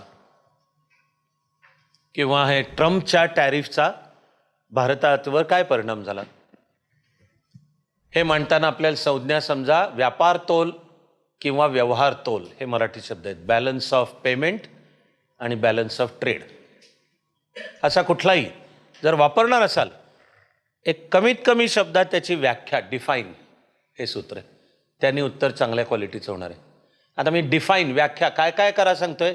एक आहे प्रश्न काळजीपूर्वक वाचा आणि त्या प्रश्नाची जी प्रश्नातच आहे एखादी टर्म, काहीतरी महत्त्वाची संज्ञा आहे प्रश्नातच की चालू खात्यावरील तूट भारताच्या अर्थव्यवस्थेची स्थिती कशी दाखवून देते. याच्यात प्रश्नातच चालू खात्यावरील तूट हा प्रश्न आलाय. Current account deficit, CAD. आपलं काम आहे उत्तर लिहितानाची क्लॅरिटी म्हणजे त्या संज्ञेची व्याख्या देणे, डिफाईन. हे झालं प्रश्नातलं. उरलेल्या उलट बहुसंख्य वेळा आपल्याला एक उत्तर मांडायचं आहे आणि ते मांडताना मी काही संज्ञांचा वापर करणार आहे. वर्ल्ड ऑर्डर बदलते आहे काय, दुसऱ्या महायुद्धानंतर जी जगाची भूराजकीय एक व्यवस्था होती, सध्या ती बदलते आहे काय? आता या प्रश्नात सत्ता समतोल, balance of payment, balance of power हा शब्द प्रश्नात नाही आहे. पण तुम्हाला जर आजच्या तारखेला जागतिक राजकीय स्थिती बदलते आहे काय, व्यवस्था, स्थिती नाही व्यवस्था, वर्ल्ड ऑर्डर, हां, तर याला तुम्हाला हे सत्ता समतोल, बॅलन्स ऑफ पॉवरचं तत्व हा वापरावं लागणार. मग त्याचा अर्थ आहे उत्तरामध्ये प्रश्नात ती संज्ञा नाही आहे, पण तुम्ही उत्तरात ती महत्त्वाची संज्ञा आहे, व्याख्या दिली पाहिजे. असं जे मांडाल सगळ्या सब कॉम्पोनंट्स करता सगळे, तेव्हा व्याख्या. तर गायडिंग प्रिन्सिपल आहे define the terms either used in the question or the terms you want to use while giving your answer. Define. त्याच्या पुढचा माझा प्रचंड महत्त्वाचा मुद्दा आहे. मुद्द्याला एक सिंगल शब्द मी दिलाय, बेसिक्स. बेसिक्स जो प्रश्न विचारला त्याचे काय अत्यंत मूलभूत बेसिक गोष्टी आहेत, पण त्या तुमच्या उत्तरात पाहिजेत. Make it a point that the basics in any given question they are there in your answer. त्याला नाव आहे, ते नीट नोंदवून घ्या की गृहीत नाही धरायचं काही, की अरे हे फारच सोपं आहे. होतं आपला अनेकदा, विशेषतः आहे ना, खरं म्हणजे ज्या प्रश्नाचा आपला अभ्यास जास्ती आहे, तो असल्याचा आपल्याला कॉन्फिडन्स आहे, ते मांडण्याच्या नादात मग आपण त्या विचारलेल्या प्रश्नाचे बेसिक्सच मांडत नाही, पण आपण गृहीत धरतो ते, की अरे ते इतकं बेसिक आहे की ते काय सांगत बसायचं, आपण गृहीत धरतो ते. पण मग त्या नादात मार्क जातात, कारण तिकडं UPSC MPSCला पेपर तपासताना त्यांना हवं आहे की ह्याला कळलंय का बेसिक्स, तुला जे डीप जायचं आहे ते त्याच्यानंतर जातो, पण बेसिक्स मूलभूत कुठल्याही प्रश्नाच्या काय अत्यंत मूलभूत साध्या ह्याच्या आहेत, पण त्या तुमच्या उत्तरात असायला पाहिजेत. माझा 40 होऊन गेली आता वर्ष. PhDचा विषय Indian foreign policy, Nehru age, म्हणजे 47 to 64. तर त्याचं नाव नॉन अलाइनमेंट आहे, भारताच्या त्या परराष्ट्र धोरणाला अलिप्ततावादाचं धोरण. हा माझा PhDचा विषय. तर UPSCमध्ये ॲक्च्युअल एक प्रश्न 60 मार्काचा होता, आमच्या वेळी 60 होते, पण 60 एक प्रश्न की अलिप्त, क्रिटिकली एक्झॅमिन नॉन अलाइन्ड मुवमेंट, आणि ते सांगितलेले तेवढ्या शब्दातच लिहायचं आहे. ते शार्प कसं लिहायचं. मग आता जर मी म्हणायला लागलो, काही शपथ माझा तर नॉन अलाइनमेंटचा माझा PhD आहे, PhDला मुळातून संशोधन करावं लागतं, काही एक लाईन मांडावी लागते, ती मी मांडली की हे जे अलिप्ततावादाचं धोरण आहे हे भारताची हजारो वर्ष, त्याची एक अखंड संस्कृती, तिन्ही जपलेली मूल्यच आधुनिक आकार कसा धारण करतात, हा PhD. पण अरे ते विचारलं नाही आहे. तू जर तेच सांगण्यामध्ये दिलंस की माझा PhD, मला खूप माहिती आहे यातलं आणि मी खोल जाईन, मार्क कमी मिळतील. UPSC MPSCमध्ये तिथे मार्क कमी मिळतील, कारण तिथे नॉन अलाइनमेंट विचारलाय तर नॉन अलाइनमेंटची व्याख्या सांग, कशाला म्हणायचं अलिप्ततावाद, व्याख्या सांग. ओके, ती चळवळ आकाराला कशी आली सांग. तर ती मार्च 1947 कोलंबोला एशियन रिलेशन्स कॉन्फरन्स अशी बोलवली होती. मग 1952-53 भारत चीन पंचशील करार झाला. मग 1955 इंडोनेशियातल्या बांडुंग इथे बांडुंग परिषद झाली. मग अलिप्ततावादी देश एकत्र आले आणि त्यांची पहिली शिखर परिषद 1961 बेलग्रेडला झाली. ह्याला मी बेसिक्स म्हणते. हे जे मी बोललो हे म्हणजे उत्तराचे बेसिक्स. असे प्रत्येक प्रश्नाचे आपल्याला जो आहे त्यामुळे त्याचे बेसिक्स द्या.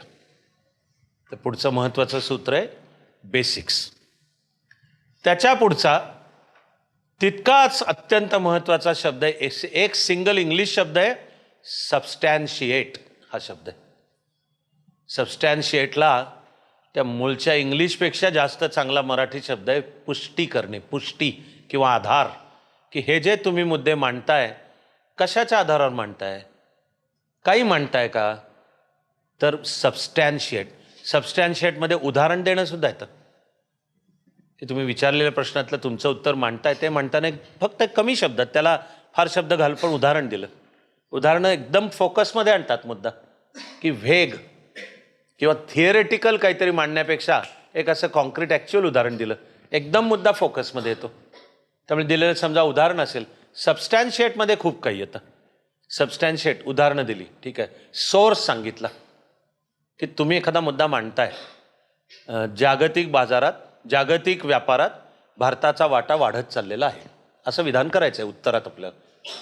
ओके, तुम्ही जर हे नुसतंच विधान केलं, ठीक आहे, फेअर इनफ. पण जर तुम्ही म्हणलात की भारताच्या आर्थिक पाहणीचा अहवाल 2025 वरून असे सिद्ध होते की जागतिक व्यापारात भारताचा वाटा वाढलाय, याचा अर्थ आहे तुम्ही सबस्टॅन्शिएट केलं. एखादं मत व्यक्त करताय पण ते जनरल नाही, आधार दिला, पुष्टी की हे ऑथेंटिक सोर्स सांगितला. इकॉनॉमिक सर्व्हे ऑफ इंडिया आहे, IMFच्या रिपोर्टमध्ये अमुक म्हटलंय, वर्ल्ड बँकेच्या रिपोर्टमध्ये तमुक म्हटलंय, इत्यादी. म्हणजे सोर्स सांगितला तुम्ही, ठीक आहे. उत्तराची प्रिसिजन आणखी वाढते जेवढं शार्प उत्तर द्याल. म्हणजे नुसता जागतिक व्यापारात भारताचा वाटा वाढलाय हे विधान, आणि त्याऐवजी जर म्हणालो की जागतिकीकरणाचं धोरण स्वीकारताना, म्हणजे 1991 भारताचा जागतिक व्यापारातला वाटा 0.5 पेक्षा कमी होता,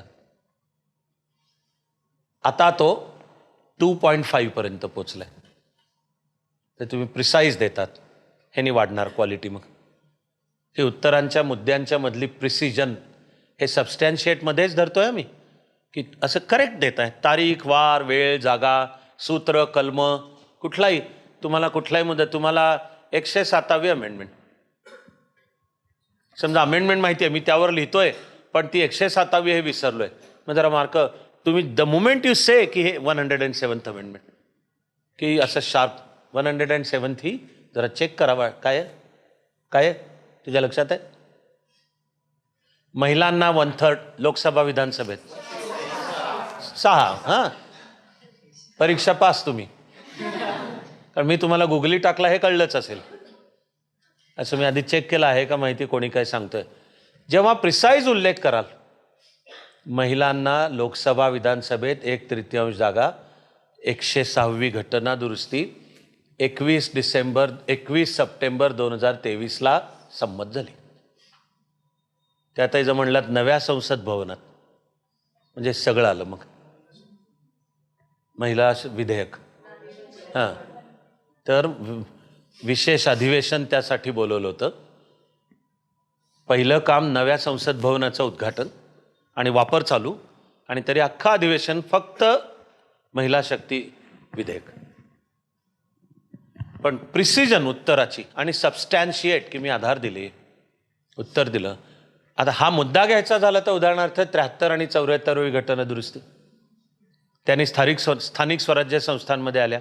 मुद्दा तेव्हापासूनच चालू आहे की महिलांना जर स्थानिक स्वराज्य संस्थांमध्ये 1/3 आणि आता तर 50% झाल्या, लोकसभा विधानसभा का नको? पण आता म्हणजे उत्तराची क्वालिटी वाढणार आहे जेवढी मी मांडणी अचूक करीन, देतोय ती उदाहरणं, तारीख, वार, वेळा, संदर्भ, जागा, एखाद्या अधिकारीचे कोट करणार आहे मी, त्या विषयाचा अधिकारी व्यक्ती, त्याचं मी कोट करणार आहे. किंवा मी जर एखाद्या पुस्तकाचा संदर्भ द्यायचा असला, कोणतं पुस्तक, त्यातलं कुठलं, हे सगळं सबस्टॅन्शिएटमध्ये येतं. अनेकदा उत्तरं मांडण्याच्या घाईमध्ये हे अनेक जण विसरतात. त्यामुळे पुढचं अत्यंत महत्त्वाचं सूत्रच आहे सबस्टॅन्शिएट. यामध्ये शिवाय खूप आणखी पर्याय बरं का, की ज्यांनी आपलं उत्तर, आपण रिच म्हणतो, मी रिच, समृद्ध उत्तर केलं, की मी जे मुद्दे म्हणतोय त्याचे मी आधार दिले, एक्झॅक्ट असेल तर तारीख, वार, वेळ, कलम दिली. आता काही वेळा सुप्रीम कोर्टचा संदर्भ द्यायचा असतो समजा, तर जनरल तिथे की सुप्रीम कोर्टाने आरक्षणाला 50%ची मर्यादा आखून दिली आहे, हे विधान केलं मी. विधान बरोबर आहे ना? पण फक्त तिथे जर अर्धी ओळ पुढे जोडली की सुप्रसिद्ध इंदिरा साहनी केसचा सुप्रीम कोर्टाने 1993 मध्ये दिलेल्या निकालात आरक्षणाला 50%ची मर्यादा आखून दिली. ह्याला सगळ्याला मिळून म्हणतो असं प्रिसाईज, एक्झॅक्ट, शार्प दिली, त्याने उत्तराची मग क्वालिटी वाढणार आणि मग ऑटोमॅटिकली मार्कही वाढतील. हा जो संदर्भ दिला जातो कुठल्याही सुप्रीम कोर्टाची, ज्याला केस लॉ म्हणतात, ते एक देण्याचं शास्त्र आहे, ती कशी द्यायची असते. पै foundation versus state of Karnataka, supreme court 1992, हे डिस्क्रिप्शन झालं. हे जेवढं प्रिसाईज येईल, आणि अनेक बहुसंख्य ठिकाणी अशा टर्म्स, संज्ञा पण अशा शार्प असतात. आघळपघळ म्हणजे ती सोडून इकडचं तिकडचं काहीतरी बोलत बसलाय. म्हणजे लिहित किंवा बोलत. वाचणाऱ्याला आणि नंतर इंटरव्ह्यूमध्ये कळत असतं की ह्याला समजलेला दिसतोय मुद्दा, पण तो मांडता नीट येत नाहीये. हे त्याऐवजी तो असा शार्प ॲक्युरेट उदाहरणाच्या सहित किंवा ती एक्झॅक्ट टर्म वापरली, आपण एक्झॅक्ट वापरली. हे 1991 मध्ये जे आर्थिक संकट आलं त्याच्या मुळाशी स्वातंत्र्यानंतरची आर्थिक धोरणं होती.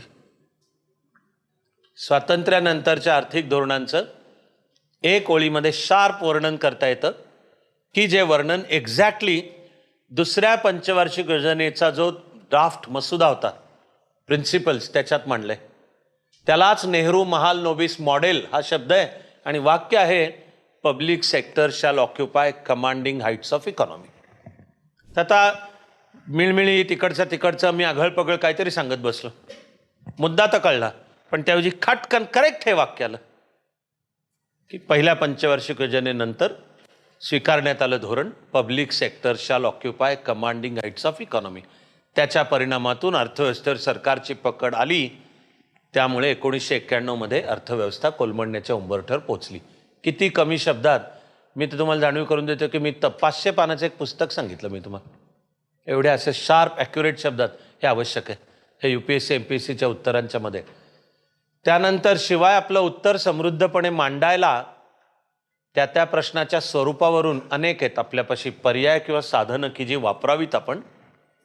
उदाहरणार्थ विषयाला धरून असेल तर काही ठिकाणी तक्ता टेबल काहीतरी नीट म्हणलंय किंवा चार्ट, तो वेगवेगळ्या तऱ्हांचा, तो विषयानुसार आपल्याला कळायला पाहिजे की इथे बार चार्ट काढायचा, लाईन चार्ट, लाईन चार्ट काढायचा का बार चार्ट का पाय चार्ट का कोणता कसा.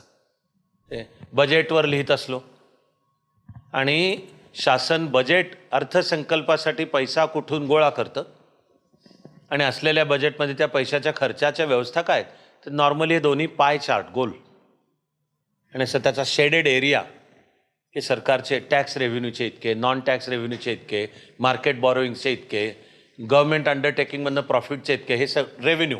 आणि तरी उरून डेफिसिट उरलं. खर्चांच्यामध्ये काय शेती, पाटबंधारे, शिक्षण इत्यादी जे सर्व. तर चार्ट्सचा वापर, काही ठिकाणी नकाशा काढून सुद्धा, असं नकाशा किंवा फिगर काढली एखादी की विचारलाय प्रश्न, नुसते लांबलचक शब्द लिहिण्यापेक्षा फक्त अशी फिगर काढली आणि तिथे असे बाण दाखवून त्या फिगरचं काय हे दाखवलं. तसा नकाशा काहीतरी संदर्भाला समजावून पाकव्याप्त काश्मीरवर प्रश्न आला काही, किंवा आता भारताचे संरक्षण मंत्री 2 दिवसापूर्वी म्हणले सिंध भारतात सामील होईल, आला काहीतरी प्रश्न त्यावरनं. तर त्याच्या मांडताना जर आपण नकाशातच दाखवलं कसं आहे काश्मीर, त्यातला पाकव्याप्त काश्मीर कोणता आहे, हा इथे आहे, मुद्दा हा चालू आहे, नकाशा काढण्याने येतो, फिगर काढण्याने येतो. पुन्हा प्रश्नाच्या स्वरूपावरनं काही वेळा त्याला नाव आहे ट्री स्ट्रक्चर किंवा त्यालाच म्हणतात फ्लो चार्ट. तुमच्यातल्या सायन्स ज्यांचं असेल तर सेल डिव्हिजनच्या स्टेप्स आहेत की सेल आणि तो डिवाइड होणार आहे, तर त्याच्या अशा दाखवता येतात, त्या स्टेप्स आहेत त्याच्या, आणि फायनली या एकातनं हे 2 सेल इमर्ज झाले. मग याला असा निबंध लांबलचक लिहिण्यापेक्षा मी फक्त सेल डिव्हिजनच्या त्या फिगर्स काढल्या स्टेप्सच्या आणि त्या प्रत्येक फिगरपाशी असा बाण देऊन 3-4 शब्दातलं फक्त झालं की माझं उत्तर उत्तम झालं, शार्प झालं, ॲक्युरेट झालं. हे आपलं स्किल आहे मग की कुठे हे वापरायचं. ट्री स्ट्रक्चरचा सुद्धा अर्थ आहे की काहीतरी वर एक मुद्दा आहे, त्या एकातनं 2 निघतात, त्या प्रत्येकातनं समजा 2 निघतात, असे विविध. काही वेळा आता एखादं घराणं समजा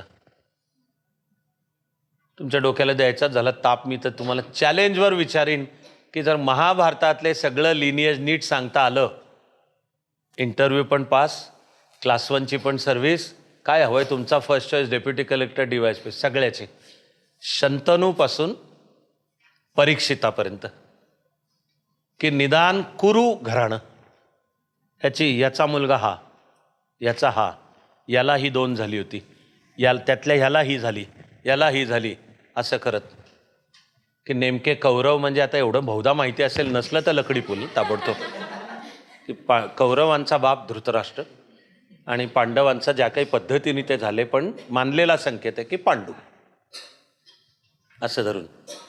तर ती जी ट्री स्ट्रक्चर म्हणतात त्याला, किंवा समजा आत्ता मी तुम्हाला सांगितलं की कम्युनिकेशन ही मानवी जीवनातली अत्यंत महत्त्वाची गोष्ट आहे, सगळ्यांना आली पाहिजे. कम्युनिकेशनचे मुख्य प्रकार दोन. एक आहे शब्दातलं कम्युनिकेशन, व्हर्बल, ज्यात शब्द व्यक्त केलेत, पण एक शब्दाशिवायचं, त्याला नॉन व्हर्बल, जास्त चांगला शब्द आहे बॉडी लँग्वेज किंवा देहबोली, की तिथे शब्द वापरलेला नसतो पण तरी कम्युनिकेशन केलेलं असतं. आणि मग व्हर्बल कम्युनिकेशनचे दोन प्रकार आहेत, रिटन आणि ओरल. हे कसं मांडलं मी, की मी कम्युनिकेशनवरचा एवढा त्याचा प्रचंड मोठा मुद्दा 3 ओळीत असा सांगितला आणि ते ट्री स्ट्रक्चर तिथे काढून दाखवली. तर हे मग उत्तर मांडतानाचं आपलं स्किल राहील, कसं आपण प्रश्नाच्या स्वरूपावरनं पटकन ठरवता येणे की ह्याच्यात मी ते कसं मांडणार, या सगळ्याला की आपलं उत्तर समृद्ध करणे, हे सगळं उत्तम उत्तराच्या मांडणीत येईल. असं करत आपण येतो फायनली क्लोजिंग सेंटेन्स, समारोपाचं वाक्य. की पहिलं ओपनिंग सेंटेन्स म्हणजे ते प्रस्तावनेचं वाक्य, ती जशी एकच ओळ पाहिजे, ती अर्थपूर्ण मिनिंगफुल पाहिजे.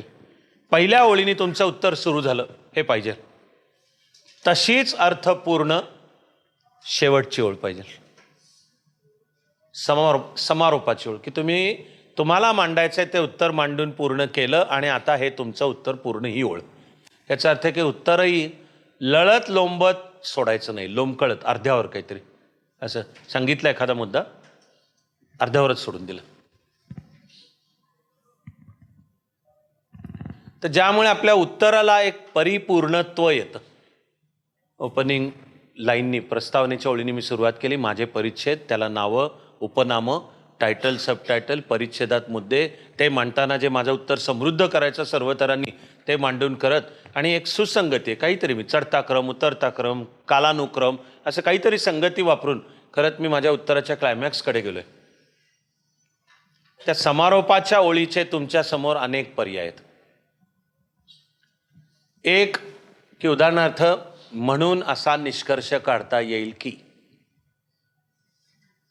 असं की वरचं मांडलंय सगळं, आता क्लोज करताय उत्तर.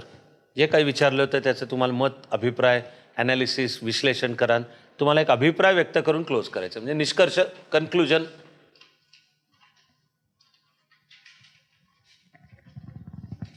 इथे विचारलेल्या प्रश्नाचं आपण UPSC MPSCच्या लेखी परीक्षेत उत्तर मांडतो, त्या उत्तरामध्ये ओरिजिनॅलिटी, मूलगामित्व, की हे अरे ह्यानी ह्याचं वेगळं आहे बरं का उत्तर, ह्याच्याकडे एक स्पेशल स्पार्क आहे, तो दिसून येतोय, याला हा विषय जास्ती कळलाय, जास्ती खोलात कळलाय, आणि तरी तो ह्या शब्दमर्यादांमध्ये सांगू हा स्पार्क पाहिजे. तत्व म्हणून हे सांगता येईल की हा स्पार्क पाहिजे, मग त्यांनी तुम्ही शेवट करू शकता. असं म्हणलं नीट सगळं बेसिक्स मी सांगितलेले, की तुमचं उत्तर कितीही ओरिजिनल असू दे, विचारलेल्या प्रश्नावरचं तुमचं थिंकिंगसुद्धा कितीही मूलगामी असू देत, तरी आधी मूळचं सगळं नीट काय ते मांडायचं. असं करून आता उत्तराचा समारोप. तर एलिमेंट ऑफ ओरिजिनॅलिटी, ज्याला मी नाव देतोय, विचारलेल्या प्रश्नावरचं मूलगामित्व, तुमच्या उत्तराचा काहीतरी वेगळेपणा, काहीतरी चमक, काहीतरी स्मार्क पाहिजे. पण मी तुम्हाला सुचवतोय की शब्दांच्या भाषेत त्याचं प्रमाण 10% अधिक नको. तर 150 शब्दातलं जर विचारलेलं असेल UPSCने उत्तर, तर तुमचे त्यातले 135 शब्द हे सगळे नीट प्रारंभ, विचारलेले मूळचे, बेसिक्स, ते सबस्टॅन्शिएट, त्याची उदाहरणं, अशी सगळी, म्हणजे परीक्षकालाही तुम्ही तुमचा म्हणून जो काही स्पार्क सांगताय त्याच्या आधी हे सांगताय की मला विषय सगळा माहिती आहे, त्यामुळे आता मी हे असं अभिप्राय व्यक्त करतोय. तर तो नॉट मोर दॅन 10%. रेशो हा सांभाळला जावा, की ते जे आहे ते आपली ओरिजिनॅलिटी काहीतरी असं मांडलंय मी, नॉट मोर दॅन 10%, असं धरून शेवटचं क्लोजिंग वाक्य ते सुद्धा तितकंच अर्थपूर्ण पाहिजे. तेही स्किल आहे की ड्राफ्टिंग त्याचं, त्या वाक्याचं. आणि आधी जे एक लक्षात घ्या की तेही वाक्य म्हणजे आधीच मांडलंय, त्याची रिपिटिशन नाही, मग आपण शब्द वाया घालवतो, कारण आधीच शब्द मर्यादित आहेत, कधीच ते पुरणार नाही आहेत, आणि तरी आधी सांगून झाले तरी मी शेवटच्या ओळीमध्ये पुन्हा काहीतरी तेच म्हणतोय, मग हे स्किल नाही. तो जो स्किलफुल वापर आहे की ओपन, मी माझं उत्तर सुरू करणार आहे कोणती ओळ, आणि समजा मला आता पूर्ण करून उत्तर पूर्ण करायचं आहे, ती कोणती. अनेकदा त्या पहिल्या आणि शेवटच्या ओळीतही काही लिंक असू शकते. पहा की त्यांनी तुमच्या उत्तराची क्वालिटी सुधारणार आहे, की यांनी या वाक्याने सुरुवात केली आणि आता मूळचं उत्तर पूर्ण मांडून समारोप शेवट ज्या वाक्याने करतोय त्याची त्या मूळच्या पहिल्या वाक्याशी जी आहे ती लिंक आहे त्याची, असं करून एक शेवटचं वाक्य नीट. ह्याचे सुद्धा परत खूप वेळा येतं. समजा तुम्ही एखादं उत्तम नाटक पाहिलेलं असलं, सिनेमा पाहिलेला असला, उत्तम कविता वाचलेली असली, उत्तम कथा वाचलेली असली, कादंबरी असली, बोलण्याच्या भाषेत एक चांगली भाषणं ऐकलेली असली, सगळीकडे तुम्हाला दिसेल की असं ते एकूण मिळून चढत चढत जातं, असं क्लायमॅक्सला जातं आणि त्याचा शेवट प्रभावी तऱ्हेने होतो. तो प्रभावी हा मग लास्टिंग इम्पॅक्ट की तुमच्या उत्तराचा टोटल इम्पॅक्ट, की समग्र मिळून उत्तर मांडलं याचा काय, आणि त्याचा त्या परीक्षकाला सुद्धा कळणे की हे एक असामान्य उत्तर मांडलेलं, तर तो आहे लास्टिंग इम्पॅक्ट. की आई शपथ असं की हा फॅक्टर आहे की किती उत्तम मांडल्याने. तर ते शेवट नीट करावा लागतो. तो जर नसेल तर आधीची कलाकृती कितीही चांगली असली तरी जरा शेवटाकडे ती पडते अशी एकदम. तुम्ही वेगवेगळ्या तऱ्हांनी हा घेतलेला असणंही शक्य आहे. एखादा सिनेमासुद्धा सुरू ज्या तऱ्हेने होतो आपल्याला फार प्रॉमिसिंग वाटतो, उत्तम काहीतरी होऊन तो पुढे डेव्हलप नीट होत नाही आणि शेवट तर त्याहून असा काहीतरी विचित्र यायचा की अशा आपल्यालाच फील येतो लोंबकळत. तुम्ही तांब्या भरलेला आहे असं समजून उचलायला गेलात आणि तो नसलाच भरले तर जसा झटका बसतो हाताला, तसा आहे उत्तरांचा झटका बसतो. सगळं नीट मांडलं आहे पण असं एकदम संपवलेलं आहे. उदाहरण थोडं मी आता समारोप करतोय म्हणून. आचार्य अत्रे होते उत्तम वक्ता, पण लहानपणी 2 मोळी बोलायला त्या घाम फुटायचं, त्यांना फाटायची. ते त्यांनी स्वतःबद्दलच्या अत्यंत प्रामाणिकपणे एकूण पुस्तक मी कसा झालो त्यामध्ये त्यांनी स्वतःच्या व्यक्तिमत्वाचे अनेक पैलू अत्यंत प्रामाणिकपणे मांडलेत. त्यातला एक फुल अध्यायच मी वक्ता कसा झालो. आणि त्याचे तिथे भावे स्कूलला होते, 4थीमध्ये शाळेत कोणते तरी आलेले पाहुणे त्यांचं आभार प्रदर्शन गुरुजींनी सांगितलं तू करायचं. हा नको म्हणतोय, रडतोय, घाम फुटतोय त्याला, तरी ते गुरुजी म्हणले नाही मी लिहून देतो, 4 ओळी लिहून देतो. आजचे पाहुणे एवढे थोर आहेत, त्यांच्या कार्यबाहुल्यामुळे तरी त्यांनी वेळात वेळ काढून आले आमच्यासाठी. ह्याचे फुल ना फुलाची पाकळी म्हणून हा पुष्पगुच्छ अर्पण करत आहे. अत्रेंनी वर्णन पण अप्रतिम केलंय. आणि हा कलाकार सदानंद जोशी, त्यात दुर्दैवाने नाहीत, पण सदानंद जोशींचा मी अत्रे बोलतोय नावाचा एकपात्री प्रयोग असायचा, तो यूट्यूबवर मिळेल. त्याच्यात सदानंद जोशींनी पण अत्रे असे अस्सल उभे केलेत आणि त्या अत्रेंनी स्वतःच लिहून ठेवले की भाषण पाठ तर मी केलं, ती अर्धी खाकी चड्डी आणि पांढरा शर्ट त्याच्यात मी येऊन मुलांसमोर उभं राहिलो, सगळ्यांकडे बघितल्यावर मला घाम फुटला, रडू आलं, सुचेच ना काहीतरी तत्तप्प करत बोलायला सुरुवात केली. आजचे आपले प्रमुख पाहुणे काय कार्य बाहुल्या, तेव्हा कार्यबाहुल्य आणि कार्यबाहुल्यामुळे आणि कार्यबाहुल्यांमुळे त्या राजकीय नेत्यांच्या असतात. असं उच्चाराच्या फरकाने सुद्धा जो अर्थातला बदल होतो आणि तरी काही सुचेच ना काही आहे. म्हणजे फुल ना फुलाची पाकळी म्हणून पुष्य देत आहे. लोक हसले, आणखी खचला. गुश्य देत आहे म्हणलं, नाही गुश्य देत आहे, परत हसले, नाही पुष्य देत आहे. असं करून शेवट केला पुच्छ देत आहे. पण अत्रेंनी किंवा काही कसे एखादा वक्ता सुद्धा बोलण्याच्या फुल फ्लो मध्ये असतो. आता मी कल्पना करा तुम्ही की मी हा विषय सांगतोय, खटकन मी जर म्हणलो एवढं बोलून मी विषय पूर्ण करतो, कसं वाटेल की आई शपथ. तर त्याचा असा एक प्रॉपर समारोप करून एंडिंग नीट आणलं आणि फुल स्टॉप. हे MPSC UPSCच्या उत्तरात सुद्धा आहे. असं गाणं सुद्धा त्या आपल्या गाण्याच्या भाषेत त्याला तिय्या म्हणतात. तिय्या, येणे वरे ज्ञान देवो सुखिया झाला, इथे पसायदान पूर्ण होतं. ते चांगलं नीट म्हणणारा कधीही नुसतंच येणे वरे ज्ञान देवो सुखिया झाला एवढं म्हणून थांबत नाही, तो सुखिया झाला 3दा म्हणतो.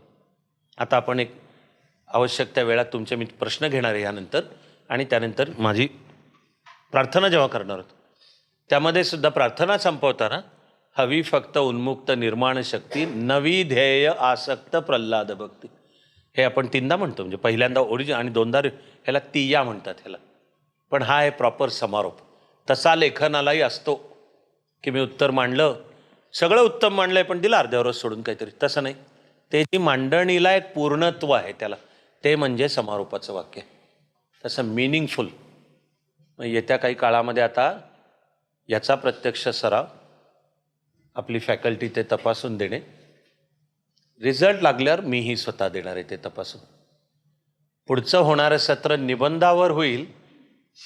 तेवढीच ओळ बोलून मी पूर्ण करतो हा विषय, की आज बोललो ते सगळेच्या सगळे मुद्दे निबंधालाही लागू आहेत. हे सगळे मुद्दे उत्तम निबंध कसा लिहायचा लागू आहे. फक्त काही बदल आणि काही आणखी नवं, हे पुढच्या सत्रात मी बोलेन. तर मी म्हणणार आहे की ज्यांना कोणाला हवे आहेत, ऑनलाईन असो अगर प्रत्यक्ष आहेत, त्यांनी प्रश्नाला हवे असले तर मग आपल्या हाताशी आपण असं धरू की एक सुमारे 10 मिनटं आहेत. कोणालाही काही प्रश्न असला तर.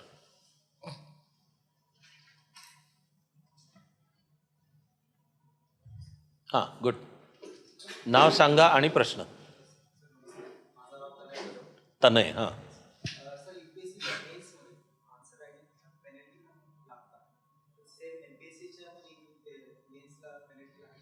तू चांगल्या मुद्द्याची आठवण करून देतोयस.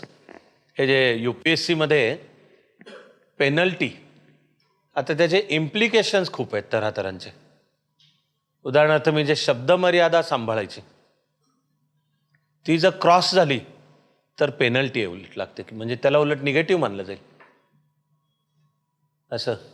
किंवा बाकी तर नियमातच आहे की ज्यातनं स्वतःची आयडेंटिटी दिसेल, किंवा anything that can be interpreted as an undue effort to impress the panel, हे सगळ्याला पेनल्टी आहे. समजा माझ्याही लेखी ओम सगळ्यात मूलभूत आहे, पण म्हणून मी UPSC MPSCच्या माझ्या उत्तराच्या प्रत्येक पानावर वर ओम असो, नाही तर तुम्हाला जे काही लिहायचं आहे ते सटवाई प्रसन्न,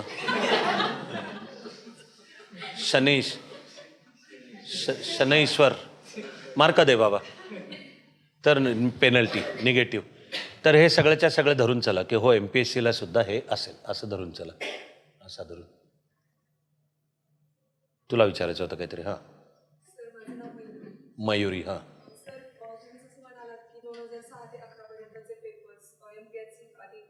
6 ते 11 नाही म्हणालो.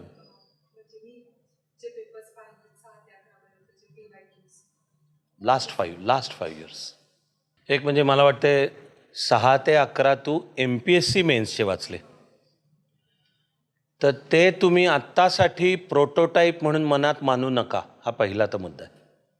कारण त्यावेळची MPSCची मेन्सही वेगळीच होती, त्यामुळे त्याचे मार्क, त्याची प्रश्नाची पद्धत सगळंच वेगळं होतं.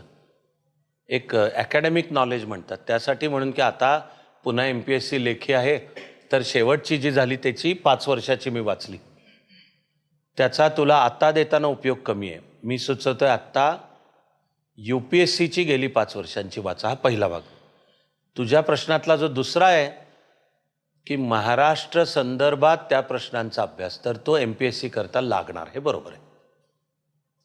त्याच प्रश्नाचं MPSCला उत्तर लिहायचं तर महाराष्ट्राचा संदर्भही द्यावा लागणार. त्या दृष्टीने महाराष्ट्राचा थोडा अधिक अभ्यास फोकस्ड करावा लागेल. त्याची काही चांगली छान पुस्तकं तरी आहेत, काही पॉडकास्ट आहेत काही चांगले ह्याचे, पण असं धरून करावं लागेल. तिने एक क्षणभर तोंड वाकडं केलं. महाराष्ट्राचा अभ्यास जास्ती म्हणजे टेन्शन, म्हणजे आता महाराष्ट्राचा पण करावं लागेल. MPSC द्यायची तर उत्तरांच्यामध्ये आपल्याकरता एक अत्यंत आनंददायक दिलासा आहे. ओके,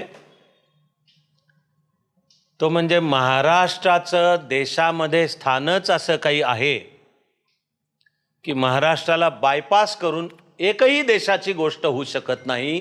आणि त्याच वेळी लक्षात घ्या की महाराष्ट्राचा देशातला रोल पण असा काही आहे की देशाची एकही गोष्ट बायपास करून महाराष्ट्र पण होत नाही. माझं लाडकं वाक्य आहे, महाराष्ट्राशिवाय भारत नाही आणि भारताशिवाय महाराष्ट्र नाही. त्याचा परीक्षेकरताचा परिणाम म्हणजे की मग तो आहेच की अभ्यास. तो तुम्ही भले UPSCला करा किंवा MPSCला करा. आता थोडं फोकस आहे, थोडं भाऊ. मागच्या केव्हा तरी एकदा बोलताना मी याची 1-2 उदाहरणं बोललो होतो बरं का, की जसं MPSCला थोडं महाराष्ट्राचा भूगोल, महाराष्ट्राची शेती, महाराष्ट्राचं सिंचन धोरण, असं करत तुम्ही समाजसुधारक तर महाराष्ट्राचाच सिंहाचा वाटा आहे देशाच्या समाज सुधारणा चळवळीत. फुले शाहू आंबेडकरांशिवाय अख्ख्या देशाची नाहीच आहे सामाजिक समाज सुधारणा चळवळ. आणि वाईस वर्षा असं बोथ वेज असं दोन्ही येतं ते. पण थोडा महाराष्ट्र फोकस करावा लागेल.